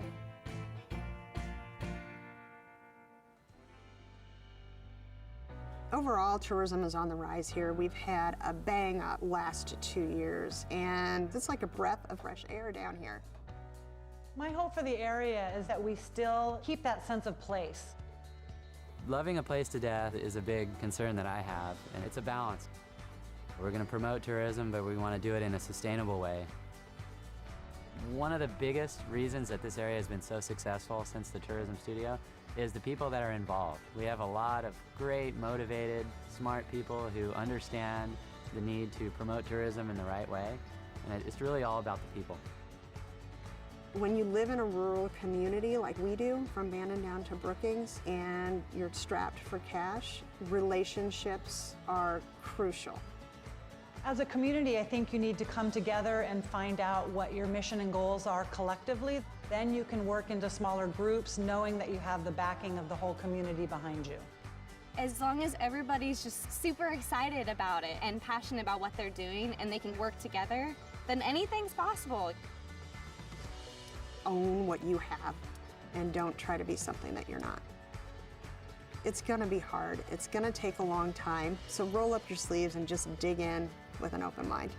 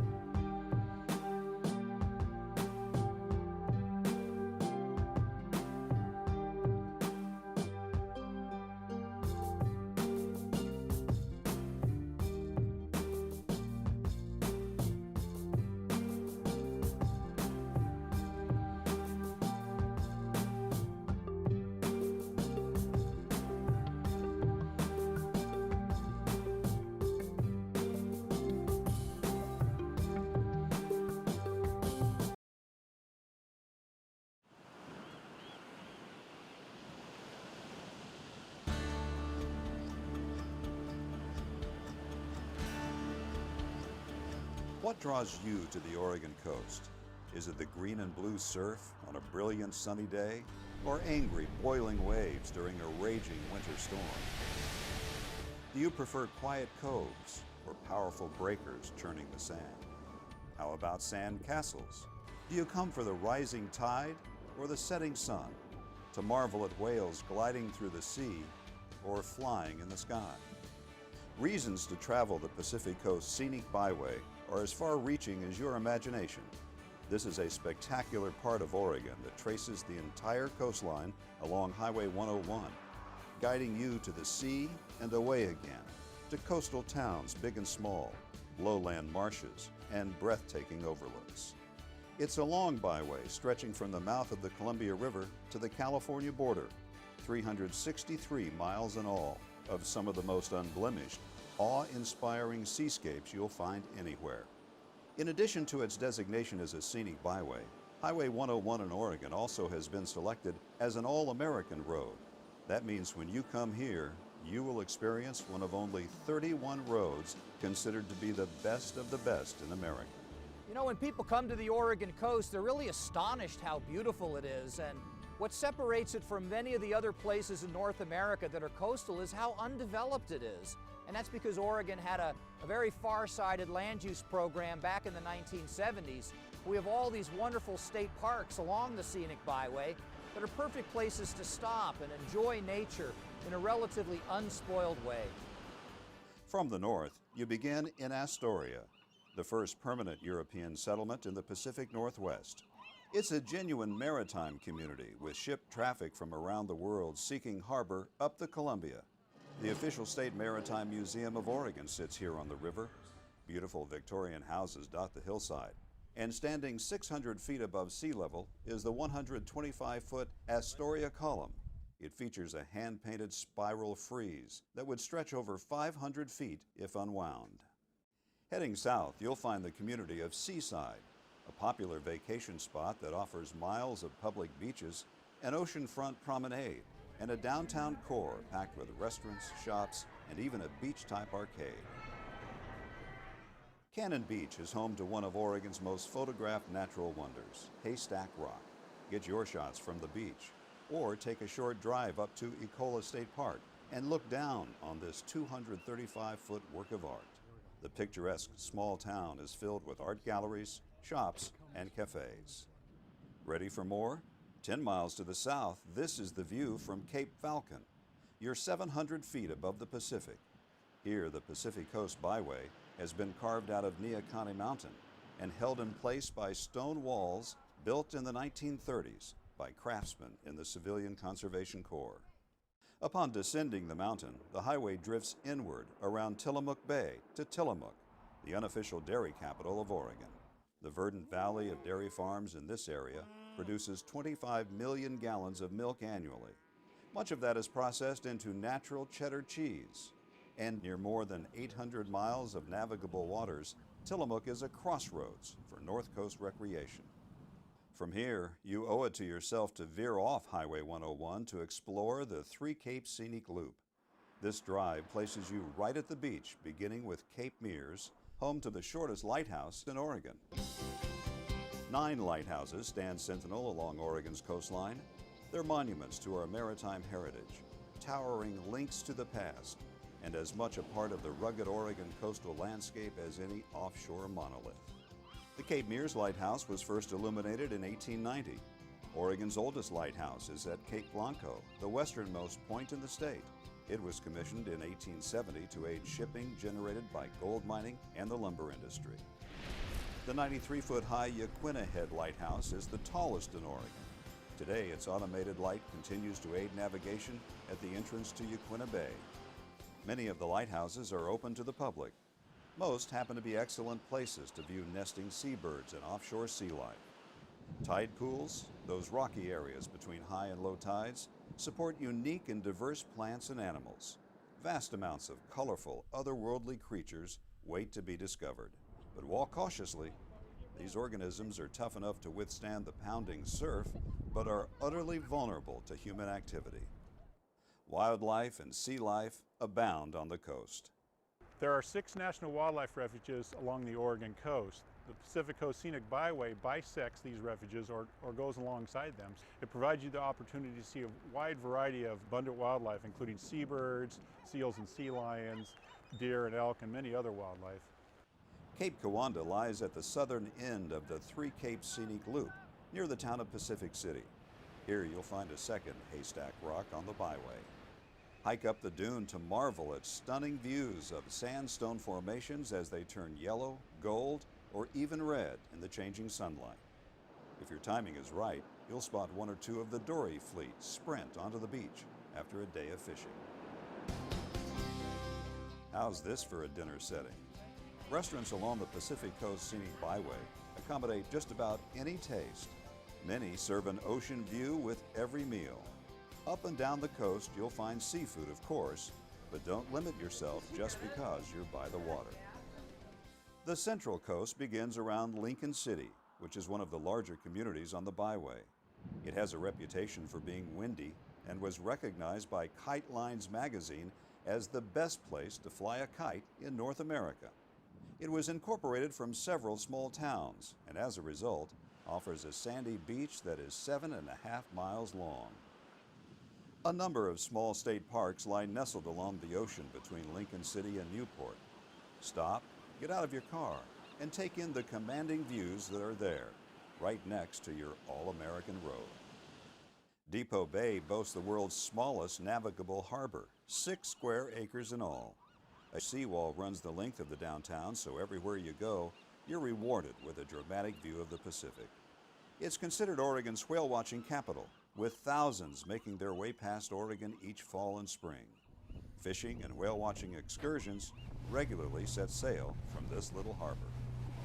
Leaving Depot Bay, you'll soon find yourself at Cape Foulweather, a basalt outcropping that looms 500 feet above the water. It was here, in 1778, British Captain James Cook first sighted the mainland of North America on the Pacific coast. A fierce storm that almost put an end to his expedition earned this rugged stretch of coastline its name. Coastal weather can change by the hour. You will find a lot of wet days, but rain can become blue sky with white clouds in an afternoon. Mist kissing the headlands burns away, or storms can last for days. Some people come for those storms. Whether you find sunbursts of happiness or cloud cover like a quilt, there's always a reason to come back. Like Lincoln City, Newport is one of the larger towns on the byway. The historic bayfront on the north side of Yaquina Bay hosts one of Oregon's largest commercial fishing fleets.